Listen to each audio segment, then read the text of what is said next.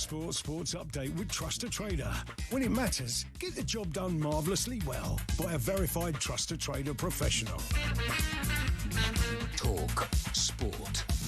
I'm Toby Gillis at 4 o'clock with your talkSPORT Sports headlines. Good afternoon. So balance in the Arne Slot debate this afternoon, with many saying he's piled pressure onto himself with his teenage-laden team selection for Liverpool in the Carabao Cup last night. But a former striker for the club, Neil Mellor, has taken to the talkSPORT airways to insist the Dutchman will get it right soon, and trophies are still a big possibility too.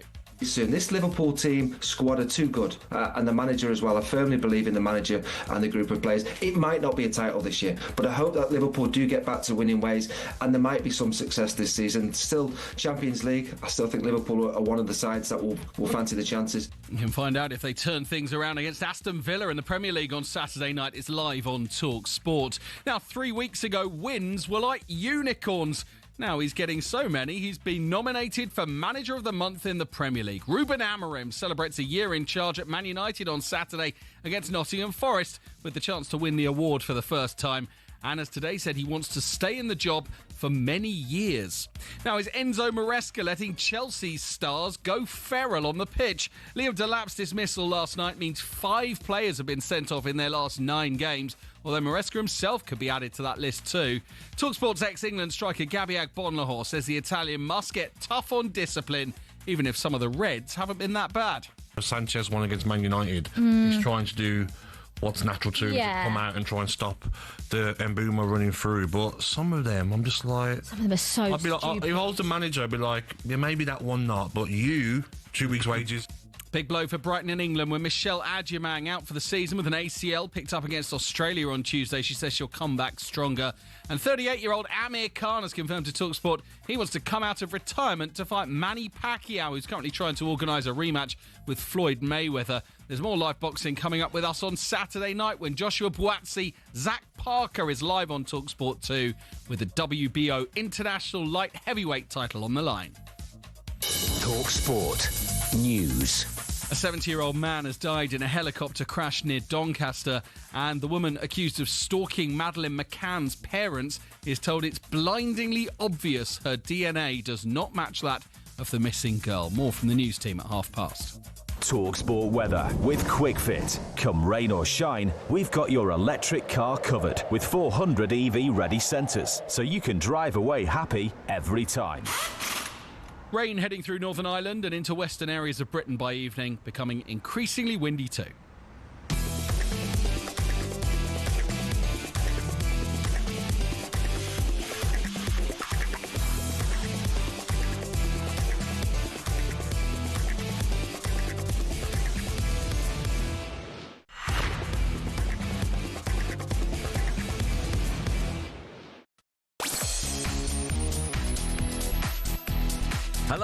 Hello. Happy Thursday, everyone. Welcome to Drive on talkSPORT with me, Andy Goldstein, and alongside me is the Smurf, the Magnet, the Golfer. It's Danny Murphy. Always starts with a laugh. How are you, Smurfy? All right, mate. Yeah, I hear you. I don't know if you spoke about it on the show yesterday. What? Your best ever round. 84. I mentioned it no more than 35 times. Oh, did you? Yeah. It's so...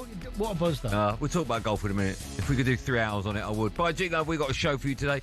Of course, we're asking where Liverpool ranked as the worst defending champions in Premier League history. Glad you're here. Yes, the voice of boxing, Adam Smith, joins us in the studio, of course, for this week's The Voice, as we build up to another big weekend of boxing. And we'll be asking whether England's Harry Kane is the best footballer in the world.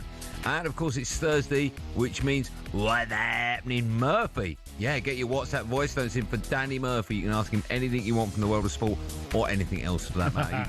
Get them in now, 03717223344. All that, plus we'll hear what Enzo Maresca had to say about Liam Delap being a silly boy following his 2 yellows in mint and red. And we'll ask Dan, which Dan? No one calls you Dan. Which goalkeepers intimidated him before taking penalties?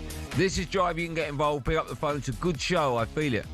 I can snip it as well. 03717223344. That excites me about as much as thinking about Crookie in your bath having a drink. Yes, good afternoon, everyone. It's me, Andy Goldstein, and more importantly, I've got the legend that is Danny Murphy alongside me. You all right, Smurfy? Yep. Didn't have a good round this morning. Got up early. What time are you up? What time are you up? 6:30. Okay. Now that as you walked in, I haven't really seen you today, and as you said that, I went, that's what time I get up. Is that too early for you? Well, it's not my normal get-up time. Okay. You're getting up early because you've got today's show, so you thought I'll get a round of golf in before I play. All right, okay. How'd you play? Average. What'd you play off? Today I was off 8. Okay. What'd you go round in? I think I was 83. Okay, that's bad for you, right? I mean, for me, that's like the golf. It's only bad. It's not a bad round in comparison to a lot of people, but it's bad compared to how well I've been playing. All right. I've had a really good spell. What was good? What was bad today? How was your drive? Let's go through it. How was your driving? Driver's normally my best club in the bag. There's a big buck coming up. Took me a while to get it going. All right, okay. Yeah. How was your iron play?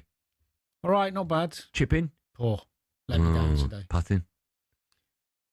All right. Okay, so Chipping. round the greens. Chipping, yeah. Round the greens. Problem is our course is having a load of work done. Yeah, there we go. Excuses, everyone. No, so all the bunkers are being redone.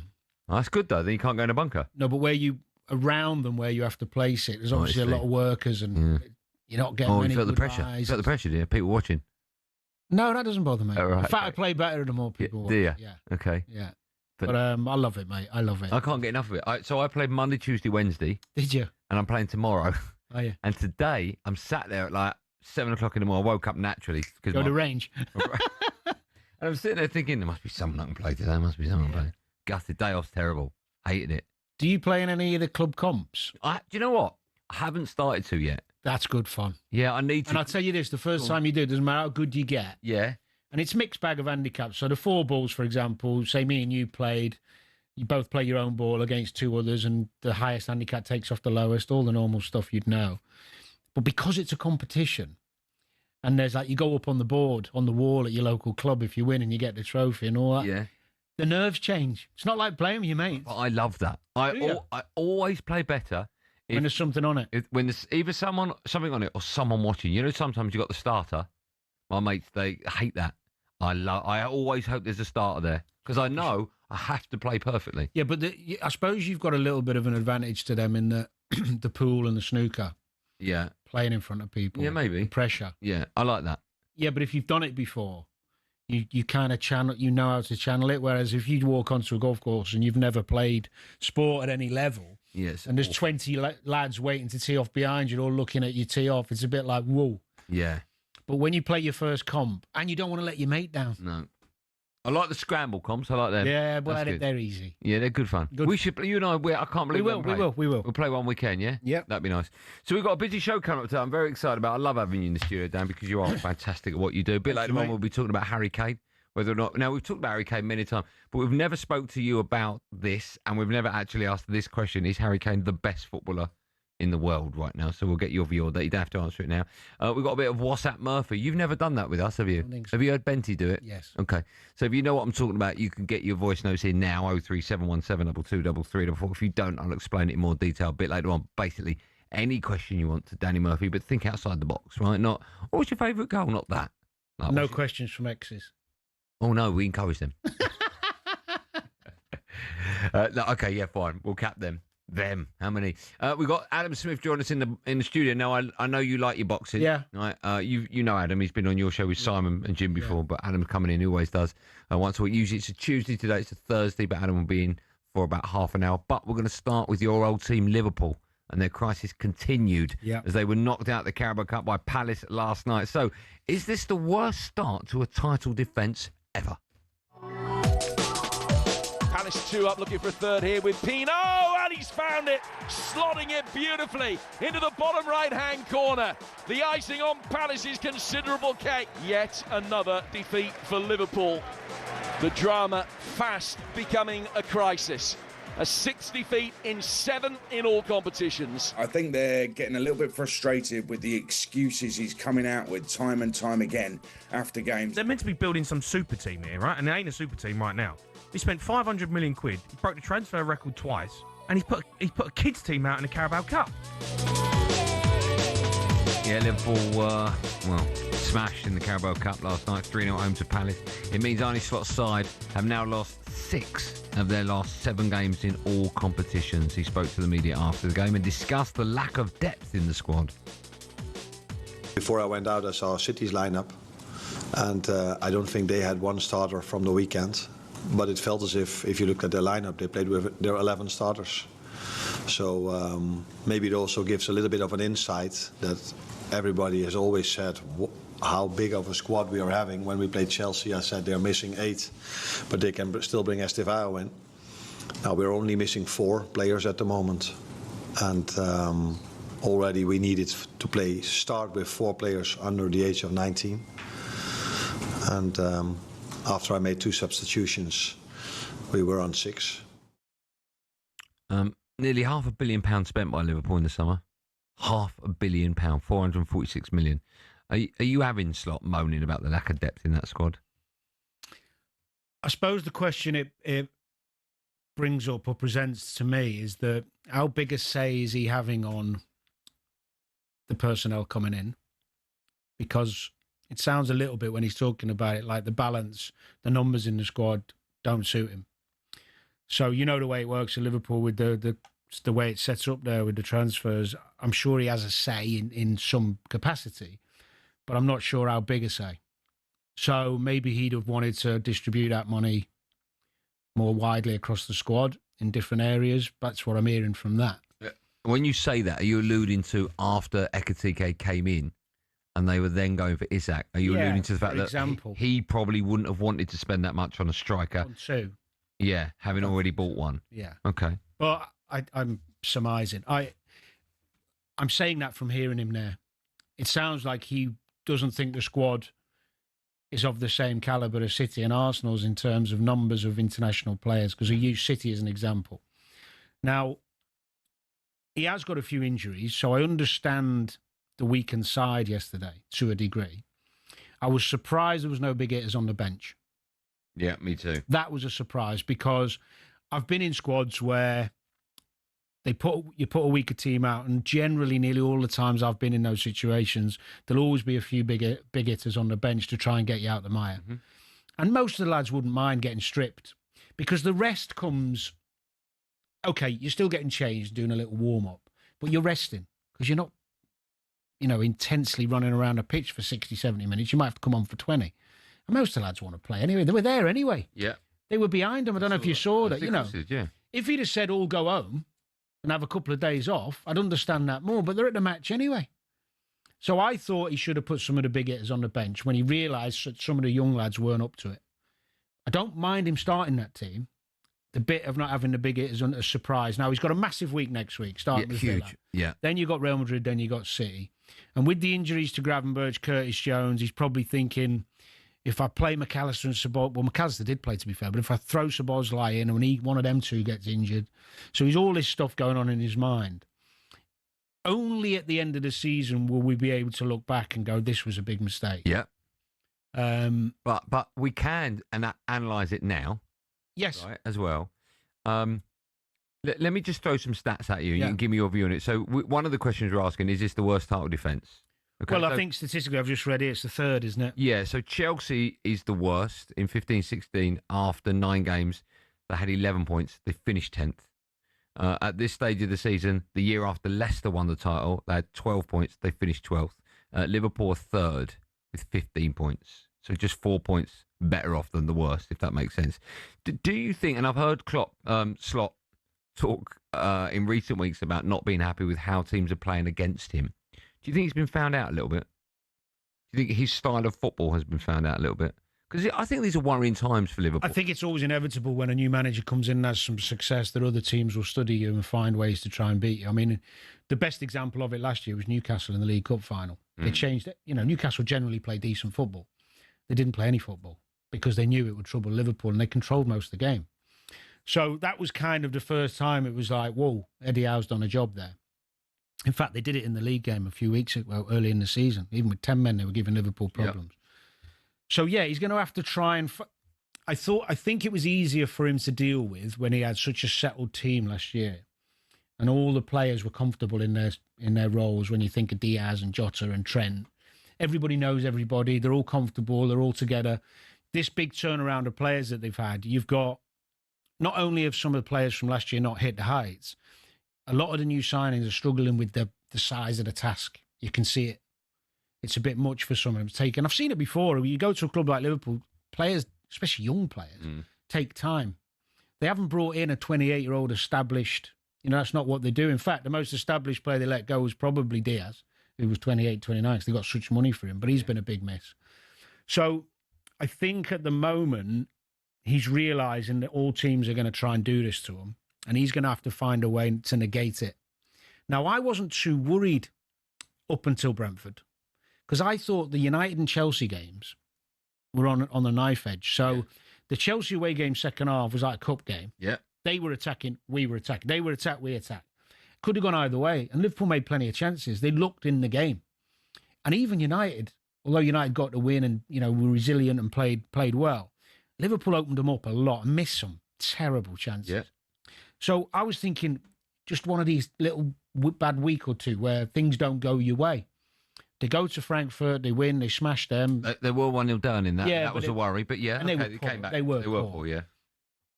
Now, he changed the system, played a 4-4-2 in Frankfurt. Now, because of the injury to Isak, he's gone back to a more orthodox system at Brentford. But you know what's happening at Brentford, don't you? We all do. Yeah. And they fail, but fail badly. I mean, it was the worst performance I've seen Liverpool have. So there are some big question marks. Let me ask you this, because I want to take calls on it.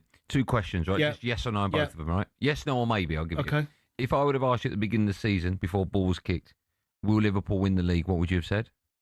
Yes. Okay, if I ask you now, will Liverpool win? No, they won't win the league.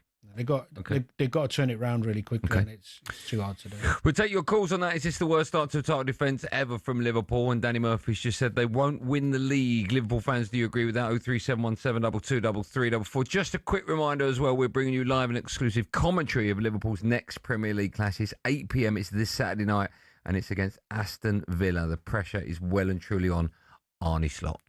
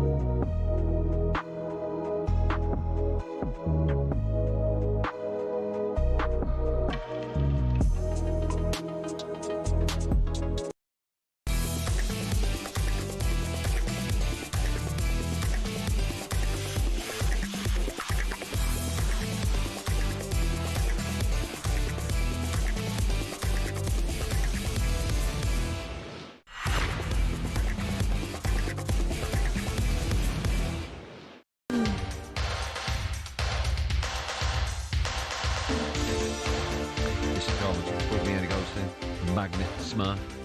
Danny Murphy is alongside me. And our friends at Just Eat, score yourself a stunning delivery straight to your door.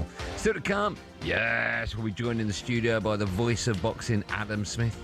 Just quickly, Roma are interested in signing Joshua Zirkzee from Man United in January. Martin O'Neill, well done Martin O'Neill, won his first game as interim gaffer of Celtic. They beat Falkirk 4-0. We'll hear what one of the favourites for the job, Kieran McKenna, had to say about Celtic in just a moment.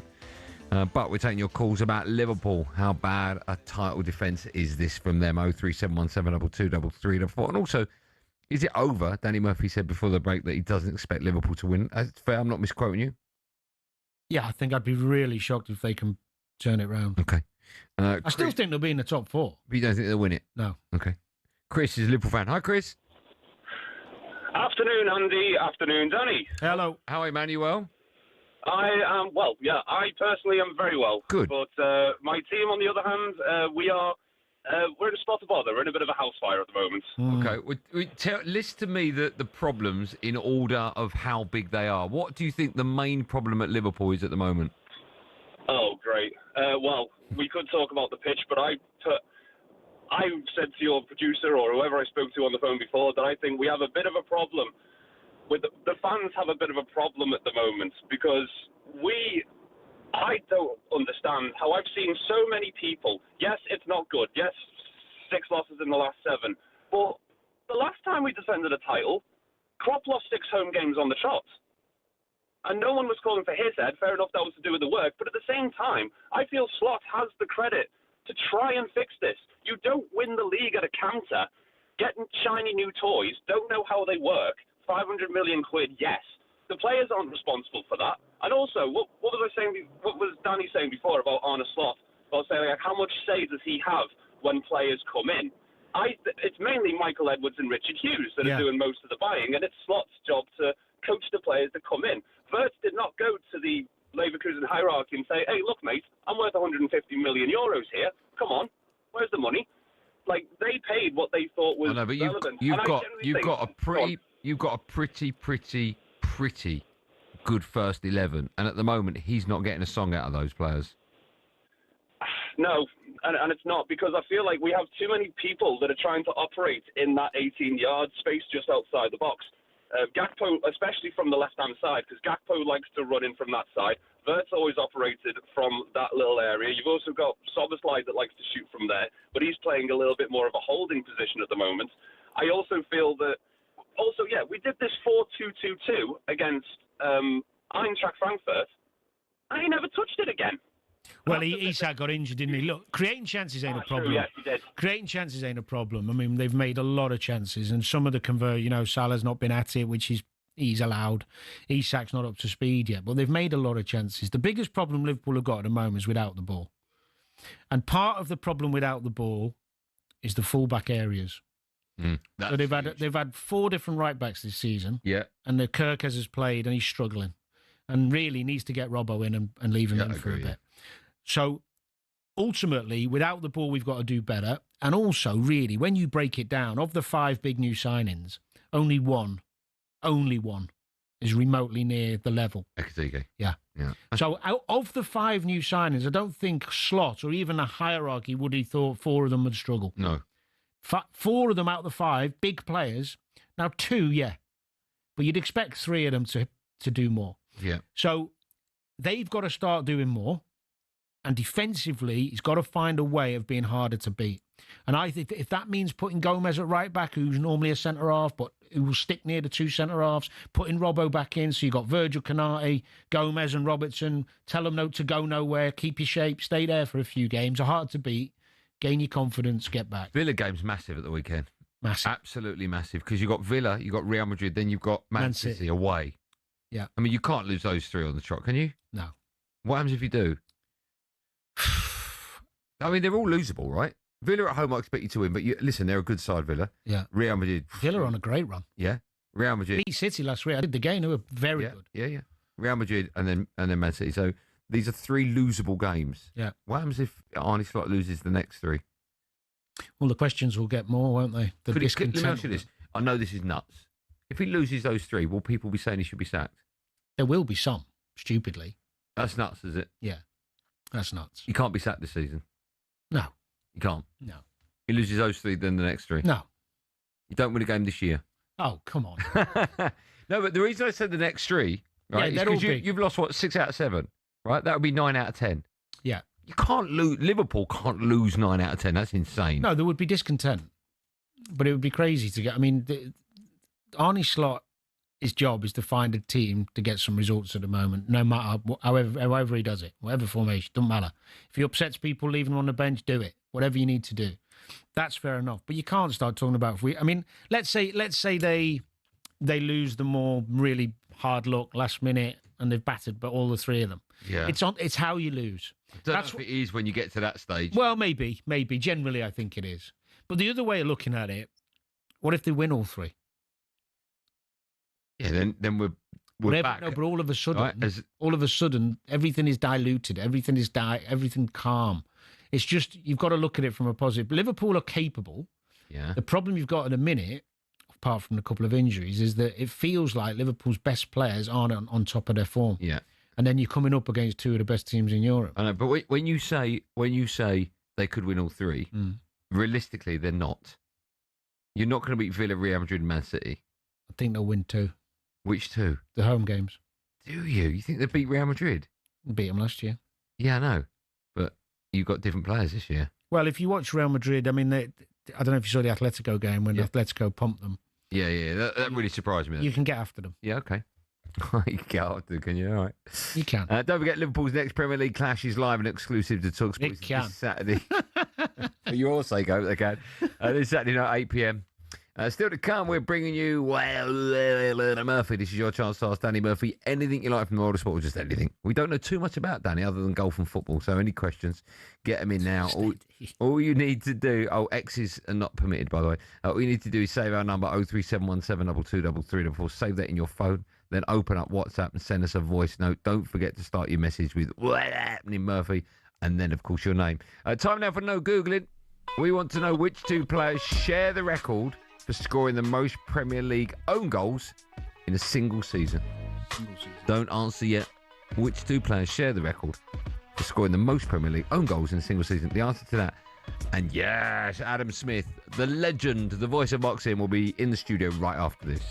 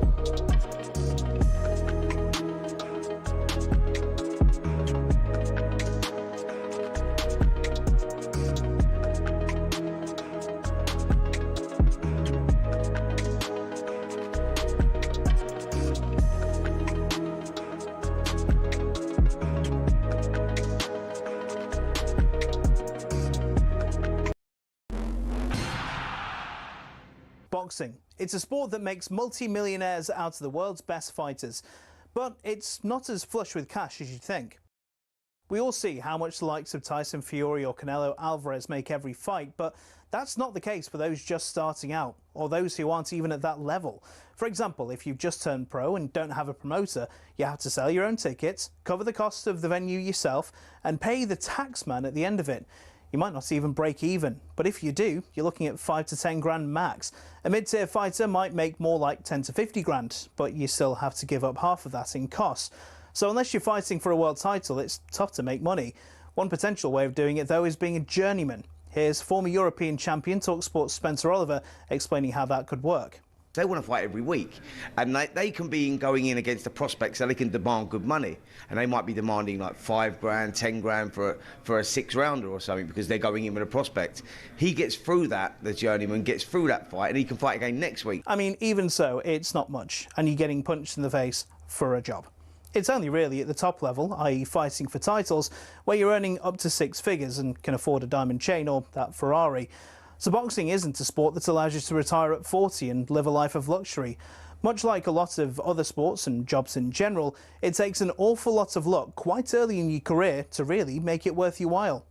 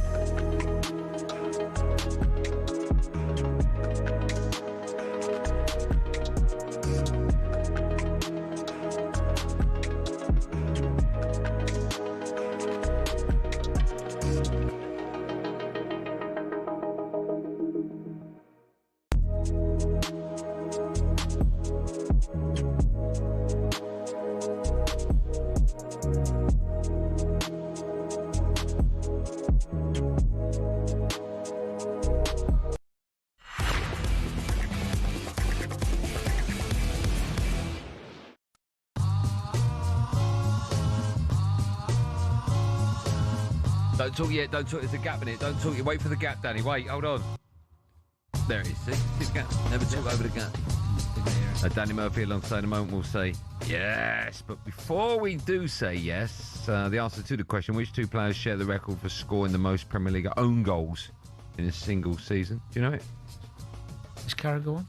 No. 4 own goals in a season is the record. Lewis Dunk, Martin Skirtle. All right? Never got them. I wouldn't have done either. Still to come, I'll be asking if Harry Kane is the best player on the planet right now. But, of course, it's time now for this. There's a real feeling that this is the best versus the best. White's lost control. White has lost control completely. How many more do you want? Lift off for AJ! This is The Voice.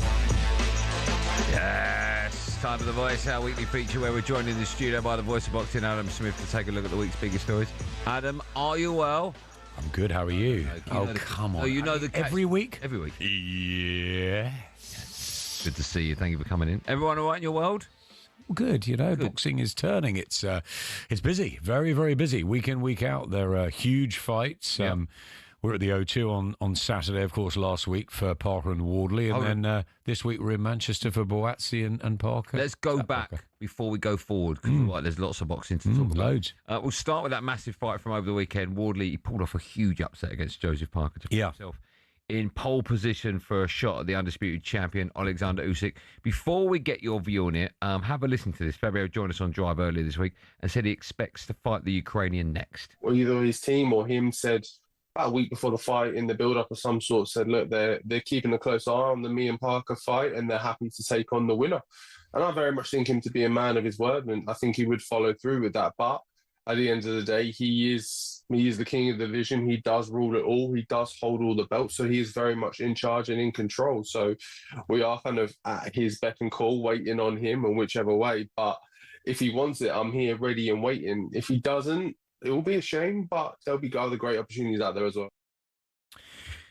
Listen, before we get your view on what's next for him, I need to get your view on the fight. I suppose the obvious question is how it ended. Lots of people say maybe it possibly ended a little bit too early. What's your view on the fight and how it ended? Do you know, possibly, but ultimately, I think that takes away from what a great fight it was. It was one of the terrific heavyweight duels. We've had so many, as you know, down the years in the O2, featuring Joe Parker himself, Dillian White. We've had Derek Chisora, AJ, and some huge battles. And Fraser Clark and Fabio Wardley had their first fight, which was a draw at the O2. So down the years, we've had some humdingers, and this was one of them. It was a great collision. I think, look, at the end of the 10th round, Parker was hurt. I think there were times in the 11th early on that he was hurt again. The actual time of the stoppage, when we saw it live, it felt slightly early, but do you know what? There was nearly 2 minutes left in the round. Howard Foster is a terrific referee. He had a lot of spotlight on him for the first fight between Carl Froch and George Groves, when that was halted, in quotes, prematurely, and they got the huge rematch at Wembley. We could have a rematch of this, of course. I think Andy Lee didn't complain bitterly. I think maybe Joe, looking back at it, would be disappointed that maybe he didn't have the chance to carry on, but there was a long time left in the round. And I think that Fabio Wardley at that point was piling a lot of pressure on him. Was he catching him clean with every shot? Looking back at the replays, no, not necessarily. I can understand people's surprise at the actual time of the stoppage. But if you look back about a minute before, he was under huge pressure. So, yeah, look, maybe premature, but ultimately a great fight. And let's not take it away from Fabio Wardley and Joseph Parker for the part he played too. Yeah, I was surprised to hear the mixed review, not reviews of the fight, but the actual debate on the stoppage. Because Tony Bellew, when you listen to people who've been in there, kind of listen to them more than anyone else, he was saying it was a bad stoppage. Mm-hmm. And then, of course, Frank Warren was on earlier today, I think, one of the shows, saying that Tyson Fury was around him, saying it was a good one. It's. I always think a brilliant fight. When it gets to that point, you feel like you want them to just be sure. I think because it was... Is a rematch likely? Danny, you're right. I think it was because it was such an important fight that I could see Team Parker being disappointed that they weren't allowed maybe to continue. I do think the result at that stage probably would have been inevitable. Parker was ahead on points, but he was under so much pressure in the last minute or two of the fight. Wasn't there some contention over the scorecards after it? The scorecards were Parker was ahead. One was level, which I didn't agree with. I thought Parker was winning the fight. I thought Fabio probably needed a knockdown or a knockout, and he found it. He found it against Justice Huni in the summer when he lost every round pretty much, maybe bar one. This time he was better, Fabio, against Joe Parker, but still Parker won more of the rounds than Wardley. But Wardley found the answer. But yes, I get what Tony Bellew's saying. He's been in there. We haven't. And ultimately, Joe Parker's a proud fighter. He took the risk to take on Wardley when he could have just waited for Usyk. So you sort of think maybe he does deserve the rematch. And if Usyk doesn't take Wardley next, maybe we'd see the rematch. You mentioned Huni and the way it ended, right? He was behind on points before he knocked him out. Yeah. Similar happened in this last fight as well. I'm hoping that he goes to fight Alexander Usyk next. If he does fight him, is that a concern that he's winning fights in the manner in which he's doing it, i.e. he has to knock them out towards the end of the fight to get a victory? But also, do you think he would have more chance to beat someone like Usyk than Fury, than AJ, and than Daniel Dubois? Not necessarily, but he's got power at any stage of a 12-round fight.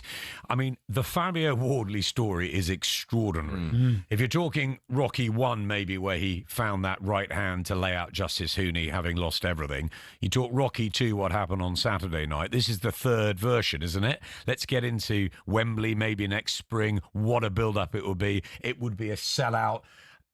Would he have a chance against Usyk? He's got a chance against anyone with that power. Is it likely? Of course not. Alexander Usyk is a master. He's a wizard. He's proved himself an absolute generational great, a legend of the sport. So very unlikely. But with that power he carries, this is a guy that had 4 white-collar fights, and at 22 he was a recruitment consultant who didn't even think about boxing. He's now 30 and he's going to fight for the undisputed heavyweight championship of the world. I think it's an unbelievable story. But there is a little bit of me that has... I feel for Joseph Parker. He's done so well in the last 3 or 4 years with that momentum under Andy Lee and George Lockhart. He played such a great role on Saturday night. He was so close to winning it. I think he deserves another roll of the dice. What do you think the next fight will be for Wardley? Will it be Usyk or will it be a rematch? I think that Frank Warren can get it made. I think that will happen. I think it will be Usyk against Wardley. It should be. And I think Alexander and his team, Serge Lapin, they're great people. And I think that they'll see what's happened and they'll think, wow, this is a real Rocky story. Let's go for it. It's Hollywood movie stuff. And Usyk and Dubois sold out Wembley Stadium, but I think Alexander Usyk would sell out Wembley Stadium again, even if it wasn't a British guy fighting him, but it is going to be in Fabio Wardley. I'd like to see that fight next, but I want to see Parker have another chance. Why not Atoma? I think Moses, Danny, is the great young hope. He's the heir apparent. But I would like to see him in Alexander Usyk's training camp, learning from him like he has with Fury and Joshua and Lawrence Okoli and all the others, because Moses is 20 years of age. If they throw him in with Alexander Usyk at this point... No, I meant with Fabio Wardley? Yes. Fabio Wardley and Moses Atama are stablemates. So that's happened before, right? I think under Ben Davis, and I think it'll be a very difficult fight to make. I don't think Moses would like that. And I think that there's so many other heavyweights, they could take him in a slightly different generation. Now, if Wardley somehow finds one shot to become heavyweight champion of the world, then that changes things. But that's imagine that. I mean, imagine. That's and he's Rocky. sitting there going, Usyk. I mean, why not? He's beaten everybody else. Yeah. Everyone said he's got no chance. He's never lost. He's never lost. That's insane. He's got no chance of beating Justice Hooney after 6, 7, 8 rounds. No chance of beating Joseph Parker. But look what's happened. And, okay, premature stoppage or not, he won the fight. Yeah, of course, yeah. He's undefeated. Last man standing. He deserves his shot at Usyk. We're going to continue our boxing chat when we come back with Adam. I just wish he'd get a little bit excited when we talk boxing. He never does. He always leaves it out there in the gallery. More from the legend that is Adam Smith right after this live and drive at talkSPORT.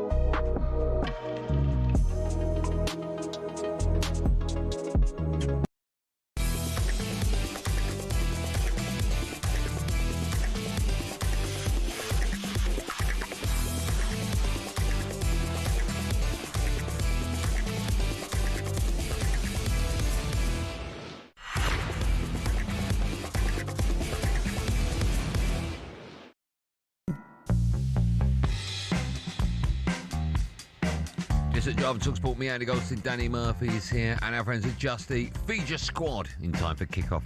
Still to come, we'll be hearing your questions in Danny or Murphy. Save our number 03717223334. Save that in your phone. Head to WhatsApp, open it up, send us a voice note. Ask Danny anything you want. Could be about football or just about life or what his favourite movie is or has he ever had a beard? Anything you want. But you must start your message with Murphy. Just quickly, Martin O'Neill won his first game as interim gaffer in charge as Celtic as they beat Falkirk 4-0. And Ipswich gaffer Kieran McKenna has been speaking to the media ahead of his side's game against QPR this weekend. And, of course, he discussed reports linking him to the Celtic job. I work as if I'm always going to be Ipswich manager. I know in reality I won't be. There'll be at some stage in the future that I won't be for whatever reason, but it never detracts from, every day trying to do the right thing for the long term of the club, and that's where my focus is. We're talking more detail about that and one of his former players as well a bit later in the show, Liam Delap, who got 2 yellows. Did you see him last night? I did. Silly boy. Right, let's move on. We've got Adam Smith with us in the studio, of course, the voice of boxing, so we'll talk more boxing. Let's talk about another massive fight and another massive night of boxing. It's this weekend. It's live on talkSPORT. This Saturday, we bring you Joshua Buatsi against Zach Parker for the WBO International Light Heavyweight title at the Carp Arena in Manchester. Our expert boxing team will keep you right across a busy fight week. Smudger, Buatsi goes into this one on the back of that first career defeat. You still make him the favourite for this, but I always feel there's a little bit more pressure on a boxer going back into the ring after the last fight was a defeat. Absolutely. It was a humdinger in Riyadh. What a fight it was with Callum Smith early on that card with the rematch with Batebiev and Bivol. It was a brilliant scrap, and Callum came through it. A lot of pressure on Callum Smith that night. People thought maybe it was the end of the road, but he wound back the clock. And Joshua Buatsi lost for the first time. So yeah, there are not question marks, but there's certainly pressure on his shoulders, big shoulders. Joined Frank Warren, and this is a really interesting fight though against Zach Parker. And if Parker's at his best, he's had his injury issues, but if he's at his best on Saturday night, it's a really tough fight. He's got 26 victories in 27, Zach Parker. Only that one defeat to John Ryder when his hand went, so he's virtually unbeaten. Buatsi, the 19 victories in 20. It's a terrific light heavyweight fight, and it's almost like a semi-final, I guess, for Benavidez Yard, which is happening on November 22nd in Riyadh. That's the Ring 4 card. That's a huge card. It's a fabulous night, that is. But that's a really intriguing one. Benavidez and Yard, who always gives us value. He comes in here, doesn't he, with Tundi, and he's brilliant. But this is a really important fight in the light heavyweight division. We've also got a European title fight on the line between Brad Ray and Lyndon Arthur. Battle of Manchester on the card as well. So it's Frank Warren's got many of the 12 Stone 7 Brigade. It's the hottest division in boxing. And these guys have got a big opportunity live on the Zone Saturday night to really take their careers forward. And, Buatsi, we remember when he was in the Olympics, he's always had the potential, the pedigree, and we've always thought he'd become a world champion. It hasn't quite worked out that way yet. But if he gets a win over Zach Parker on Saturday, he's one step closer. Zach, as I said, injury-free, and that's my slight worry with him, is very mobile, very skillful, and could be a really awkward night's work for Buatsi. If he does win Buatsi and Yard wins in November, is that the next fight for both of them? I think so. Why not? Frank will make it happen. He's putting on all the big fights, isn't he, now, with Queensberry. Eddie is with Matchroom. We know Turkey Al-Sheikh is putting the biggest fights on, Eubank Ben in a couple of weeks. We can't wait for all of these fights. The best are fighting the best. This is what boxing's like now last 2 or 3 years, and it's great for the fans. There are the majority of fights we look forward to. There's some I don't, Jake Paul being one of them. But also Manny Pacquiao against Floyd Mayweather. It's a fight I don't want to see again. The first one was a bit of a letdown, but now this might be happening again. Is that right? Long time ago, wasn't it, that they finally fought? There could have been, I think, 3. They could have had a trilogy of fights by the time they eventually made Mayweather and Pacquiao. There was such a huge build-up to that fight. I remember all the stars jetting in to Vegas, and the fight itself was lukewarm, wasn't it? Disappointing. At best, lukewarm. Yeah, at best. And Pacquiao's come back. He's still fighting. I've got no problem. He looked okay last time out. But Floyd, 50-0. I'd like to see him. He was the best fighter I've ever seen live, I've ever commentated on. And I like to sort of have that stay in my memory. So for me, Mayweather, Pacquiao, if they want to have an exhibition, they want to make more money, fine. But for me, their best days are their best days. Do you, as a boxing purist, when you see fights like this being touted around, I know Amir Khan has said he'd like to get involved in a fight with one of these two as well. It's obviously all about the money. I understand that. Of course. But there are people like, I don't know, I'm not his accountant, but I would imagine that Floyd Mayweather's got enough money to survive for the next couple of years, right? I hope so. Does it sadden you when fights like this are getting made purely for that reason, for the money? I think it's financial, but I think it's also a big area that I'm absolutely passionate about, Andy, and that's life after sport. And I think sometimes, especially with fighters, and they've been boxing since they were a young boy, and they don't really know a different sort of course. And when they retire and the adrenaline and the lights are gone, it's hard, right? It's hard to come to terms. Can't we have that fight for free then? The crowd? No, I'm serious, right? If it was all about, I get the mental side of it, I totally agree with you. Having sat in this and I'm room not with saying many they a footballer. should, but sometimes I think there's a void. No, fine, right? I get that. Listen, it happens to all sports people, not just boxers, footballers, of Sure. course. But then why charge me $49.99? Why not just fight for free and let me enjoy it? Because I guess they are still professional sportsmen. I don't know. Ask Danny this. I mean, Danny, why do you charge me $49.99? What do you make of it? When it's tough, isn't it? When the oldies get back in the ring. When the lights are gone, it's tough, right? It can be very tough, yeah. I understand because they can stay in it and still get the gloves on without the worry of real warfare, can't they? Yeah. And get paid for it. Because I think there's probably a misunderstanding from a lot of people that because someone's been really good at the sport in the past, that they're all super duper wealthy. Now, Mayweather, yes, of course. Money Mayweather. Yeah. But I don't think everybody you look at on the telly, even if they've been a terrific boxer 20 years ago or whatever. I agree with that. So some of them will be chasing a few extra quid.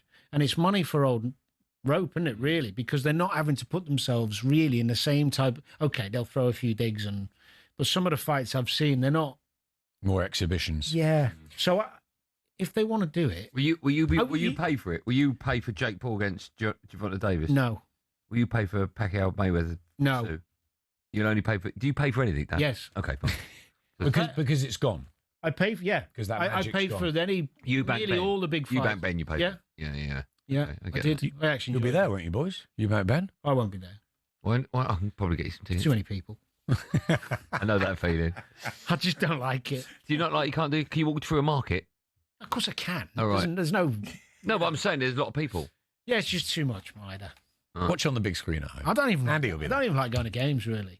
Do you not? Why? Oh, Danny can have a picture. Yeah, it's a bit of that, but that's nice. But more the 2 hours to get in, going through the crowd, getting out after an hour in your car before you can even move and all. Yeah. Man of the people, Danny Murphy. You agree with me though, don't you? You're not on air, though. Yeah, but you do. Yeah, I just don't. Actually, mine's a little bit different. I just don't like crowds, so I can't walk down a market. That's why I can't go to a You'd be market. at the opening of an envelope, though, wouldn't you? No, I don't do that. Am I paying? We'll look after you at Tottenham. Don't worry. I know you will. You always do. Thank you for that, Smudge. What a pleasure to have you in the studio. Nice we to look see forward to see you back to Tuesday next week. Back to Tuesday. All right, we'll see you then. See you then. We're going to have a quick break. When we come back, we'll be asking a very simple question: is Harry Kane the best player in the world?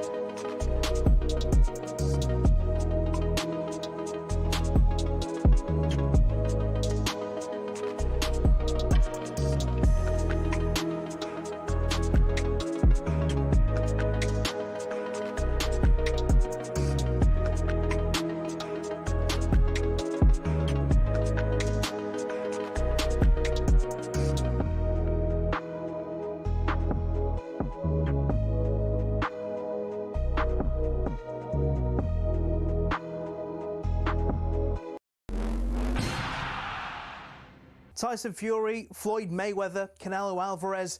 Just hearing these names makes you think money and the hundreds of millions of dollars, pounds or Saudi riyals in boxing.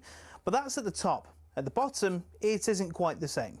Even for those on the rise, there's not an awful lot of cash in the boxing world.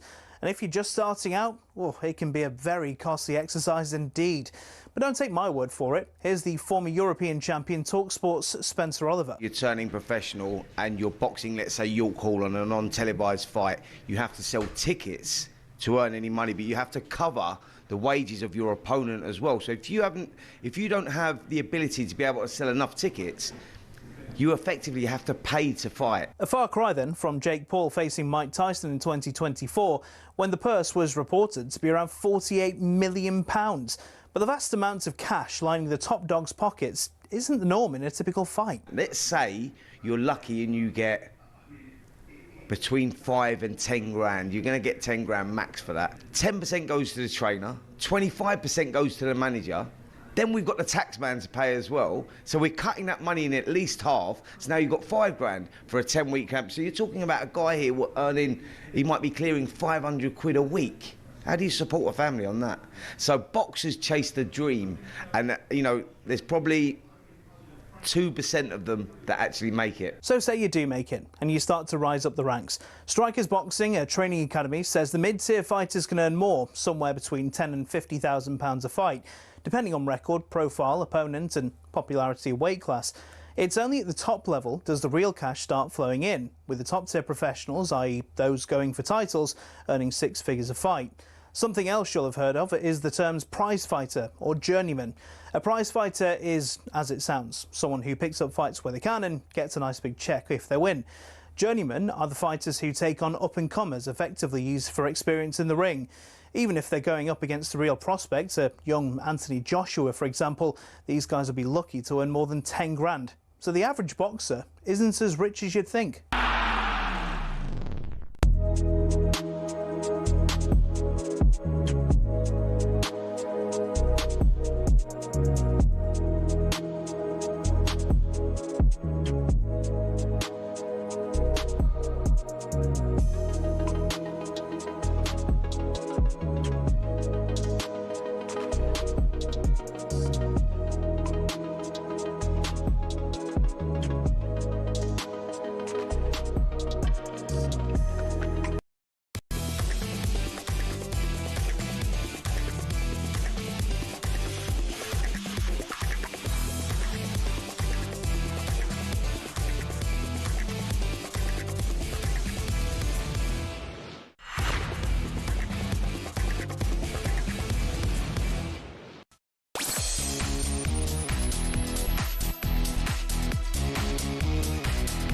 Welcome back to hour number 2 of Drive on talkSPORT with me, Andy Goldstein, and the man bag wearing Danny Murphy. He's here! He is here. You all right, Smurfy? I haven't got a man bag. Well, you've got one. Oh, sorry, I've got one, yeah, but I haven't used it in years. Nothing wrong with a man bag. I like it. I've got so much rubbish now. Do you know what I've got in my man bag, right? Glasses. 3 lots of glasses, so sunglasses and reading glasses. I've got door keys. I've got pass to get in here. I've got headphones. I've got Goldstein's golden paste. I was going to say, you must have that. I've got phone chargers. I mean, just, the list goes on. How's a man meant to carry all that to work every day? No, it's true. I see your point, yeah. Problem is if you leave that bag anyway. I know, it's my life in there, yeah. Would you be depressed? Oh, I'd just be devastated. Absolutely devastated. Would you have to have the day off work? Couple of months. Still to come, we'll be discussing Enzo Maresca's right to call out Liam Delap. But now, is this man the best player in the world? Kane comes forward into the penalty area. Chelsea have given the ball away, and Harry Kane is amongst the goals again. For me, he's the greatest ever England number 9. Do you know what it is? Maybe with Harry Kane, because he puts up these numbers all the time, people get a little bit like, what, he scored 40 goals, and? One may believe that Kane does not deserve to be mentioned in the same breath as Messi or Ronaldo. But it's not as outrageous as some people claim. It's Harry Kane against Chelsea. He takes a sharp intake of breath and then right-footed rifles it into the corner. I'm glad we're doing this today because I've never had this chat with you, Smurf. Harry Kane has now got 26 goals for club and country so far this season. Not even November, how ridiculous. Comes after he scored 2 more last night. Bayern won 4-1. Those 26 goals have come in just 18 games. He has 29 goal contributions in all comps as well. So that got us thinking. And I wanted to ask you the question and talk about Harry Kane with you. Is he the best player in the world right now? He's unbelievable, isn't he? I think he's playing the best in the world right now. Okay. In terms of his all-round game, because he's showing us everything. It's not just the goals. I mean, some of his passing is ridiculous. Well, he's always been brilliant. See that clip of him playing midfield for Bayern a couple of weeks ago? Incredible. It was incredible, wasn't it? He's a very gifted footballer.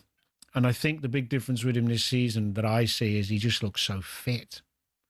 You know, the criticism when we've seen him with England is he's struggling to get about the pitch. For Munich, he's like, I saw him sprint back and make a tackle on the edge of his box at one point. Yeah. But my worry is when I see the videos of him playing deep and playing midfield, it's all taking his ankles away. And I worry about that coming up to a major tournament. Like, if he's not fit, I think we've got no chance. I agree. He's so important to us. He's probably one of the most, if not the most important, yeah, because no one else can do what he does. Yeah, and we sort of got cover in other, like if I mentioned this the other day. If Jude Bellingham, you got cover. Yeah, we have. We haven't with Harry Kane, have we? I still think, although his all-round game as a centre forward is unmatched, really, in terms of right now in the world. If I was to choose a centre forward for my team in a World Cup final or a Champions League final tomorrow, I'd go with Haaland. Would you? Yeah. Why? Just because he's more of a beast in a one-off game. Yeah, and the running in behind. Are you saying that? Because so I've done a conversation like this with Benty quite a few times, right? Whenever Harry Kane scores hat-trick or has 5 assists in the game, whatever, and then we get onto it. One of the questions that always comes back is, he doesn't do it in a big game. Doesn't do it in a big game. Now, Thierry Henry never did it in a big game, but he's considered the greatest Premier League player of all time, right? Are you saying that you would choose Haaland if there was a game tomorrow because of that factor? Because in a big game? It's not to do with that. Just because I think Haaland at his best is unstoppable. Kane at his best is stoppable. Who's got a better all-round game? Kane. Who's a better team player? This season, equal. Okay. Because Haaland's everywhere. I've never seen him play like this, Haaland. No. In terms of his defensive duties, his pressing. Who'd they lose to the weekend? Remind me who they lost. Villa. I said before the Villa game, I said, mark my word. I said this the day before, mark my words. Haaland plays 90 minutes in a league game this season, he'll score. Every game. Well, he did. He got disallowed. Yeah, and then he had a one-on-one with the goalkeeper, didn't he? Kind of, yeah. It wasn't an easy chance. But no, but it was a chance you'd think he'd take. Yeah. Why do you think some people don't have Harry Kane? I mean, you're sitting there, right? I'm not just blowing smoke up your backside because you're in front of me. I've said this when you're not here. I think you're one of the best pundits on the box. Thank you. Right? And whenever you talk on Match of the Day, Match of the Day too, I always sit there and I take it in because I think Danny knows what he's talking about. Mm-hmm. So maybe you can answer the question. When we talk about Harry Kane, some people find out, I'm not having it. Why? I think a lot of people like dynamism. And some players just aren't as aesthetically pleasing as others. He's not particularly dynamic because he's not the quickest. Right. And you have to have a real love for that type of player to love him that way. So when he's not running in behind or he's looking a bit, and he's coming off and he's holding the ball because he's so strong and he plays these beautiful little passes, but he might not score. Big games, sometimes he's let people down in big games. I think they just jump on that. It's like, whereas if you watch, think of an example. What of Haaland's, well, now we're Mbappe? talking Mbappe. He does things, Haaland and Mbappe do things in the game where they just knock people out of the way or fly past people. And it's like, oh my God, you remember it. It's like wow moments. Kane's wow moments are more a beautiful pass or a great finish. So I think it's just what people like to see. I don't think watching him sometimes you have to stay with him to see those little magic moments that he does. Yeah. Do you know what I mean? Without a doubt. So I think you need Kane cam. A little bit. Yeah. A little bit. So much work he does is off the ball, like in little intelligent movements to find the space. But I think this season he's just gone on a level. He's never played like this for Tottenham, really. No, but how much of that? Listen, you've played in a Liverpool team that's Liverpool. Might not have been the greatest Liverpool team, but how much is the quality of the people around? That's what I was going to ask. 100%. Is it really? Yeah. Did you? So you went to Fulham, right? Yeah. Was that straight? I mean, it's irrelevant, but you not went, straight away, but yeah. Okay. Did you feel as a footballer that for whatever reason, even subconsciously, you weren't not giving 100%, but your performances for whatever reason were better with a Liverpool shirt on than a Fulham shirt on? Well, for me, it worked a bit differently in that I felt like I had to always do more. At Fulham? Yeah. Okay.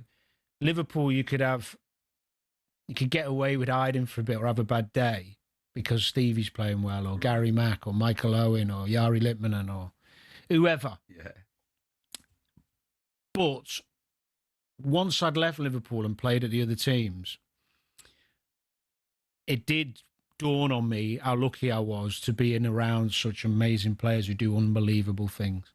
I mean, saying that, I did play with a couple. I mean, I had Berbatov and Kane at Tottenham, so that was kind of similar level. Yeah. But you do get frustrated a little bit when you're hoping that some of the players around you can do the same things of the players you're used to playing with. Yeah. And it's not just doing them, it's having the same mindset of seeing you. things. Seeing things, that's what I'm looking for. Seeing them. And Kane would have played in many Tottenham games where he'll have been frustrated. Yeah. And maybe even England games. He's never been in a team with that much talent. No. Or a team of winners, no disrespect to Team Spurs. of winners, but talent. Yeah. So all the talented players around him, they know when he's dropping in, they'll run in behind him. They know when he's spinning, they'll find him more often. Yeah. He's getting more chances. You know, he's seeing more options. And he sees all the pictures anyway. So he's playing... I don't know. I think the best players always get better around better players. Yeah, you're gonna produce your best performance in it. Yeah, and it's why some players fail when they go to a big club. We were talking earlier about some of Liverpool signings struggling. When you go to another level, you either sink or swim, and the best ones tend to swim. I mean, I remember it was so weird for me. I've gone to Liverpool after playing for Crewe. Yeah, right in the lower leagues. Were you a midfielder at Crewe? Yeah. Okay. So, my first day, I'm training with John Barnes. It's just ridiculous. And Paul Ince is my captain by the start of the season. How old were you? 19, 20. Okay. You have hair then? Yeah, a little bit. Okay. But Ince, he was on me to do more and get better. And push it, but like not softly. So I only had one choice. Well, I had two. One is to fail miserably and hide under a rock. Yeah. Or to go, I'm going to show you. And that's... That step up, let me ask you, it's interesting you brought that... Step up was ridiculous. So quite a few players, including Benty, have told me stories such as, first time I went to England, I looked about and I thought, wow, this is the level I need to get to, right? And I love hearing stories like that. Was it like that for you? Was there a moment, maybe the first day or first week or whatever, where you were on the training pitch surrounded by these great players at Liverpool and you just thought, maybe not imposter syndrome, but you just thought, I've got such a gap now to make up? Probably the first one was the first time I did finish, like a finishing session. So you had Robbie Fowler and Michael and John Barnes. John Barnes finishing was just ridiculous. Yeah. And like, I might score 1 in 4 or whatever, and they're just banging them in from and I'm just like, what is going on? And then, you think you're hitting a good shot and the keepers are all better as well. So they're saving them easy. And it's like, what? Like, this isn't right. And that was where you're kind of looking around going, these are serious, yeah. And it took me a long time to feel comfortable around them. But there would have been a moment where you're later on in your career and you're the John Barnes and someone else, someone young's... No, but you know what I mean? Someone's coming and going, oh, well, there's Danny Murphy there. Yeah, so when I was at Fulham and I was more senior and I'd had a really good career, well, a decent career, and players would come in, younger lads, I really tried hard to make them feel comfortable and integrate them and not keep them feeling out of it. Yeah. And Liverpool lads did that, to be fair. You know, John Barnes, for example, who was my hero after Kenny. Yeah. You know, he took me to, showed me some apartments, took me out for lunch. It was like, what? Didn't have to do that. Can I ask, I know we're going off piece here, but I find this fascinating. You mentioned your hero was Kenny. So when you were at Liverpool, you must have seen him, right? I met him, yeah. What was that like first time? It was probably the only time I felt so intimidated. Yeah. I don't know if you've ever had it. Just struggle a little bit, like I didn't know what to say, and the hardest thing with Kenny. Wait, tell me where it was. It was at Melwood training ground. Right. But the hardest thing with Kenny, obviously he's got the broad Scottish accent, but he's always taking the mick. He's always joking around, but he says it in a serious way. So because you're new to him and you ignore him and he's king, isn't he? You don't actually know whether to laugh, whether he's joking or not, and you're kind of trying Horrible. Can I ask? You had it with Bex? Are you? Yeah, I did have it. It's a great example. I did have that with David Beckham. Weird, isn't it? Yeah. The only thing is, I'm not friends with David Beckham, right? Yeah. And I don't know him. So I made our paths across maybe 5 times, so that's why it's like that. I would imagine you're friends with Kenny Dalglish. Well, I've met him a lot. I wouldn't say he's my friend. If your phone... Has he got your number? I don't know. Okay, if your phone rang and it came up Kenny Dalglish, would you look at the phone and go, oh, that's Kenny Dalglish? How would you still react the same? Do you want me to, I'll tell you a really quick story. Yeah, go on. He was manager of Newcastle United. I'd never met him. And I was playing for Crewe, banging in a load of goals. It was the season before I left to go Liverpool. So it was the middle of the season. A lot of speculation about Newcastle wanting me. This is a true story. Yeah. And I've told it before. So Kenny's managing Newcastle. Speculation to pay. My mates are always jokers and all. I'm sat at home in my mum's house. And the phone goes. It says, Danny, it's Kenny Dalglish. Right? In a obviously Scottish accent. So because I'm just like, of course it's not Kenny Dalglish, I've basically told him where to go. Well, you swore at him? Yeah, because I thought it was one of the boys. Yeah. Put the phone down. Could I just point out to people listening, this is a landline in your house. Yeah. It was before mobiles. Right? I don't think, maybe they were just out. Oh, okay. But I didn't have landline. Yeah, right? landline. Yeah. So phone goes again. I do the same. There wasn't one doubt in your mind? No. Okay, you knew. Because the lads were always doing... Always mucking about. Okay. Phone down. Twice? Yeah, but expletives, like do one. And still you're thinking, I know, that's me, mate. Didn't even think of nothing of it. Went to bed. Yeah. Yes, they didn't call back. Next night. Again. Right. It's Kenny. You need to listen to me. And you know when the penny kind of goes, whoa. So he wanted me to go Newcastle. Right. So, but he obviously, they bid whatever and they wouldn't let me go middle of the season. So I had to go to the Crewe manager and say, look, I want to go. Kenny's my hero, manager Newcastle, I want to go. And he said, that's when I found out that Crewe had already done a deal for the end of the season with Liverpool. Wow. So he had to tell me, even though he didn't want to. So then I had to say to Kenny, I'm going to go to Liverpool. And he was like, I get it. That's amazing. Yeah. That's amazing. I still find it nuts that as a footballer you're told where you're going. We've done a deal with Liverpool. That's no, I had the choice. Oh, okay. He wasn't letting me go middle of the season anyway. But at the end of the season, they'd done a deal with Liverpool. But if I wanted to go somewhere else, I could have. I did. I went to speak to Tottenham as well. All right. But I was never going getting anywhere else. That's a great story. Listen, we were talking about Harry Kane. So if you want to have your say on that, you can. 03717223334. Is he the best player in the world? A reminder, after a great story of that, a reminder we've got What's Happening Murphy later on. So if that sparked maybe a little conversation in your head and you want to ask Danny a question on the back of it, then get involved. Pick up WhatsApp. Pick up your phone. Open WhatsApp. 03717223334. Any question you want for Danny Murphy, that's coming up after 6 when we come back. Your views on Harry Kane. Is he the best player on the planet?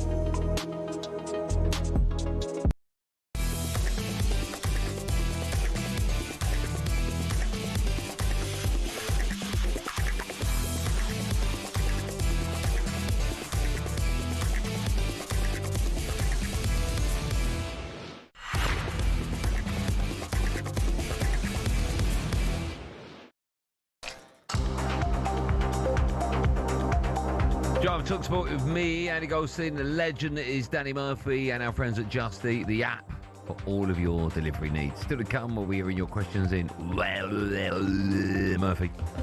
Save our number 03717223334. Save that in your phone. Head over to WhatsApp, open it up, send us a voice note, ask Danny anything you want. It can be about football, or what his favourite movie is, or what size shoe he is. But it must start with Murphy. Can I have a look at your feet? And I guess I always get this right. Have a look. You're 10.5. 8. That's what I meant. Just close. Just quick. Are you an 8? You got Yeah. good feet, have you? Who had the smallest feet of any player you ever played with? I mean, anything less than a 6 for a man is a little bit strange, isn't it? I think Growler was a 6.5, maybe. Who? Robbie. Was he? I think Robbie was a 6 or a 7. Okay. Anything less than 6 is a bit weird. Just quickly, Spurs are considering, oh dear, a move for West Ham captain Jared Bowen. That'd be interesting. In horse racing, Frankie Dettori has said that he will retire from riding in the US after the Breeders' Cup in California on Saturday. Right, time now for this. Objection! Sustained. I sentence you to a lifetime of supporting United. Football Court is now in session with Judge Paddy on talkSPORT with Paddy Power. Yeah, time now for Order in the Courts. We welcome Alex Fitzgibbon from our friends at Paddy Power for this week's Judge Paddy to rule on a topic that Danny and I will debate. Alex, are you there? Alex is not here. Oh. Lewis is here. No, Alex. Lewis Richards, how are you? They tell me nothing. Are you all right? I'm very well. How are you guys? Good. All good, mate. Where are you? You've blurred the background. Where do you not want us to see? Still in the office, and it's still a mess behind me, so it's still blurred. Oh, okay. I didn't get around to it on my week off. For me to-do list, you know. All right. Okay, you've all got a to-do list. Thanks for coming on. Are you good? Are you good? Are you well? You all right? I'm good, and happy to hear you earlier as well. I think the world needs an ambassador in man bags, and I can't think of anyone better but yourself. I've got mine here. Look, I don't even see it, but there it is there. I don't leave home without it, literally. It's beautiful. You can't. You're right, there's just too much to carry these days, and there's not enough pockets in your jeans, so I'm with it. I agree with you. Sadly, that's not what we're talking about today. What are we talking about today? We are talking top 4 predictions. So we're close to the 10-game mark for this weekend. Okay. And I thought with Bournemouth and Sunderland up there at the minute, let's get your guys' top 4 predictions. All right. I like that. So, Danny, this is how it's going to work. You and I have got 45 seconds each. Okie doke. To make our case and present our evidence to Alex. No, to Lewis, what I'm talking about. Then he's going to judge us on our knowledge. Must cross that out as well. Stats, delivery, anything else you think is relevant. So rather than just go 1, 2, 3, 4, I think 4th, then because of this. 3rd, that because of that. 2nd, I think the winners would be that. All right? Do you want to go 1st or 2nd, Smurf? Don't mind. Okay. Well, with that attitude, you can go first. Okay. Are you ready? Yeah. Court is now in session. And it's already wildly unprofessional. Off you go. Okay, 4th place for me. I'm going to go with Chelsea. I think the strength in depth of their squad. I know they've been a bit hot and cold recently, but they showed last season that when they finished the season really strongly, that strength and depth is always key when there's so many games. So Cole Palmer to come back, Chelsea to have a good run. You've got 45 seconds. You're still on 4. City, yeah, it gets easier. Okay. Liverpool 3rd. All right. So much striking talent. It's going to come good. They'll score plenty of goals. They'll get enough points to stay in that top 4. City 2nd, especially with Haaland playing the football of his life. Mamouche back, Cherky back. I think they'll be fine. And Arsenal, of course, because they've got 2 teams of internationals now that could give anyone a game. Right, that's it. That's not bad. Lewis, how do you think you did? Game with Arsenal. I mean, he's a guest, so 45 seconds will be a bit stringent on that, you know. Yeah. Okay. Who's your team, Lewis? Remind me. Oh, I've been crying going to bed lately with Liverpool's results. It's not good. Don't worry. I think I've lost this then. Okay. It's time for my 45 seconons. They start now. All rise for the Honourable Judge Paddy. Just get up. Right. Okay. So I've gone 4th place. I've gone for Chelsea. All right. I don't think they're anywhere near a team that's going to win or even push to win the Premier League, but I think they'll get 4th spot. 3rd. This may make you laugh. Man United. No. All right, I think Man United they're on a bit of a roll now. Yeah. And for 2 reasons. 1, I think it might start to click, but 2, I don't think there's a lot of competition this year. 2, Man City. I was going to pick them a couple of weeks ago to win it, and I did, but I just think Arsenal are too strong. They've got at least 2 great players now in every position, and if they get a key injury, it doesn't matter. They can reply. I mean, if you've got someone like Eberechi Eze, who's rattling about, trying to get in the first team, trying to wait for someone to get injured, I mean, they're doing so many. Noni Madueke, they've got Havertz not even in the team. I mean, they've got so many good players. So I'm going for Arsenal 1, City 2, United 3, and Chelsea 4. All right? So, Lewis, you've heard both of our... United get a couple of injuries. Where? Cunha and Mbeumo. Well, then I'll be wrong. Well, fair enough. It's not for you to argue. It's the case of our honour. No, I was just asking a question. Well, just stay out of it, all right? Putting it in his head. Well, the case is over now. Lewis, who you go for there? Who's won, Lewis? By the way, before you answer, you look really well today, if you don't mind me saying. It's like he's put a light on his face to give his best look. It's deliberate, isn't it? Is that like one of those spotlights you buy off Amazon? No, honestly, look, it's this. Look, if I turn this monitor off, oh yeah, off it goes. No, it's just my monitor. I thought you had Put it back on, quick. I thought you had like a movie star filter on because you look great. But anyway, forget about that. Who's won? I'm gonna go with my heart. I'm gonna go with Danny because he's put Liverpool in there. I think you might be. I know you've had good results. Maybe I think you're pushing the boat a little bit. Maybe putting United in there in the top 4. And yeah, look, special guest in the studio today. We'll go with Danny for sure. I think Danny was right. Turn the light off. Thanks for coming on. We'll see you again next week. Cheers, Lewis. Thanks, man. Cheers, guys. There you go. There will be another debate in front of Judge Paddy next week. 18 plus. BeGambleAware.org. Judge Paddy on talkSPORT with Paddy Power. Halfway through the show is flying by, isn't it? That's only a good sign. Still to come, we'll be hearing your questions in What's Happening Murphy. First up, it's time for No Googling. We want to know which goalkeeper did Harry Kane score his first Premier League goal against? All right? No one's going to get that. The answer to that and more from the legend that is Danny Murphy right after this.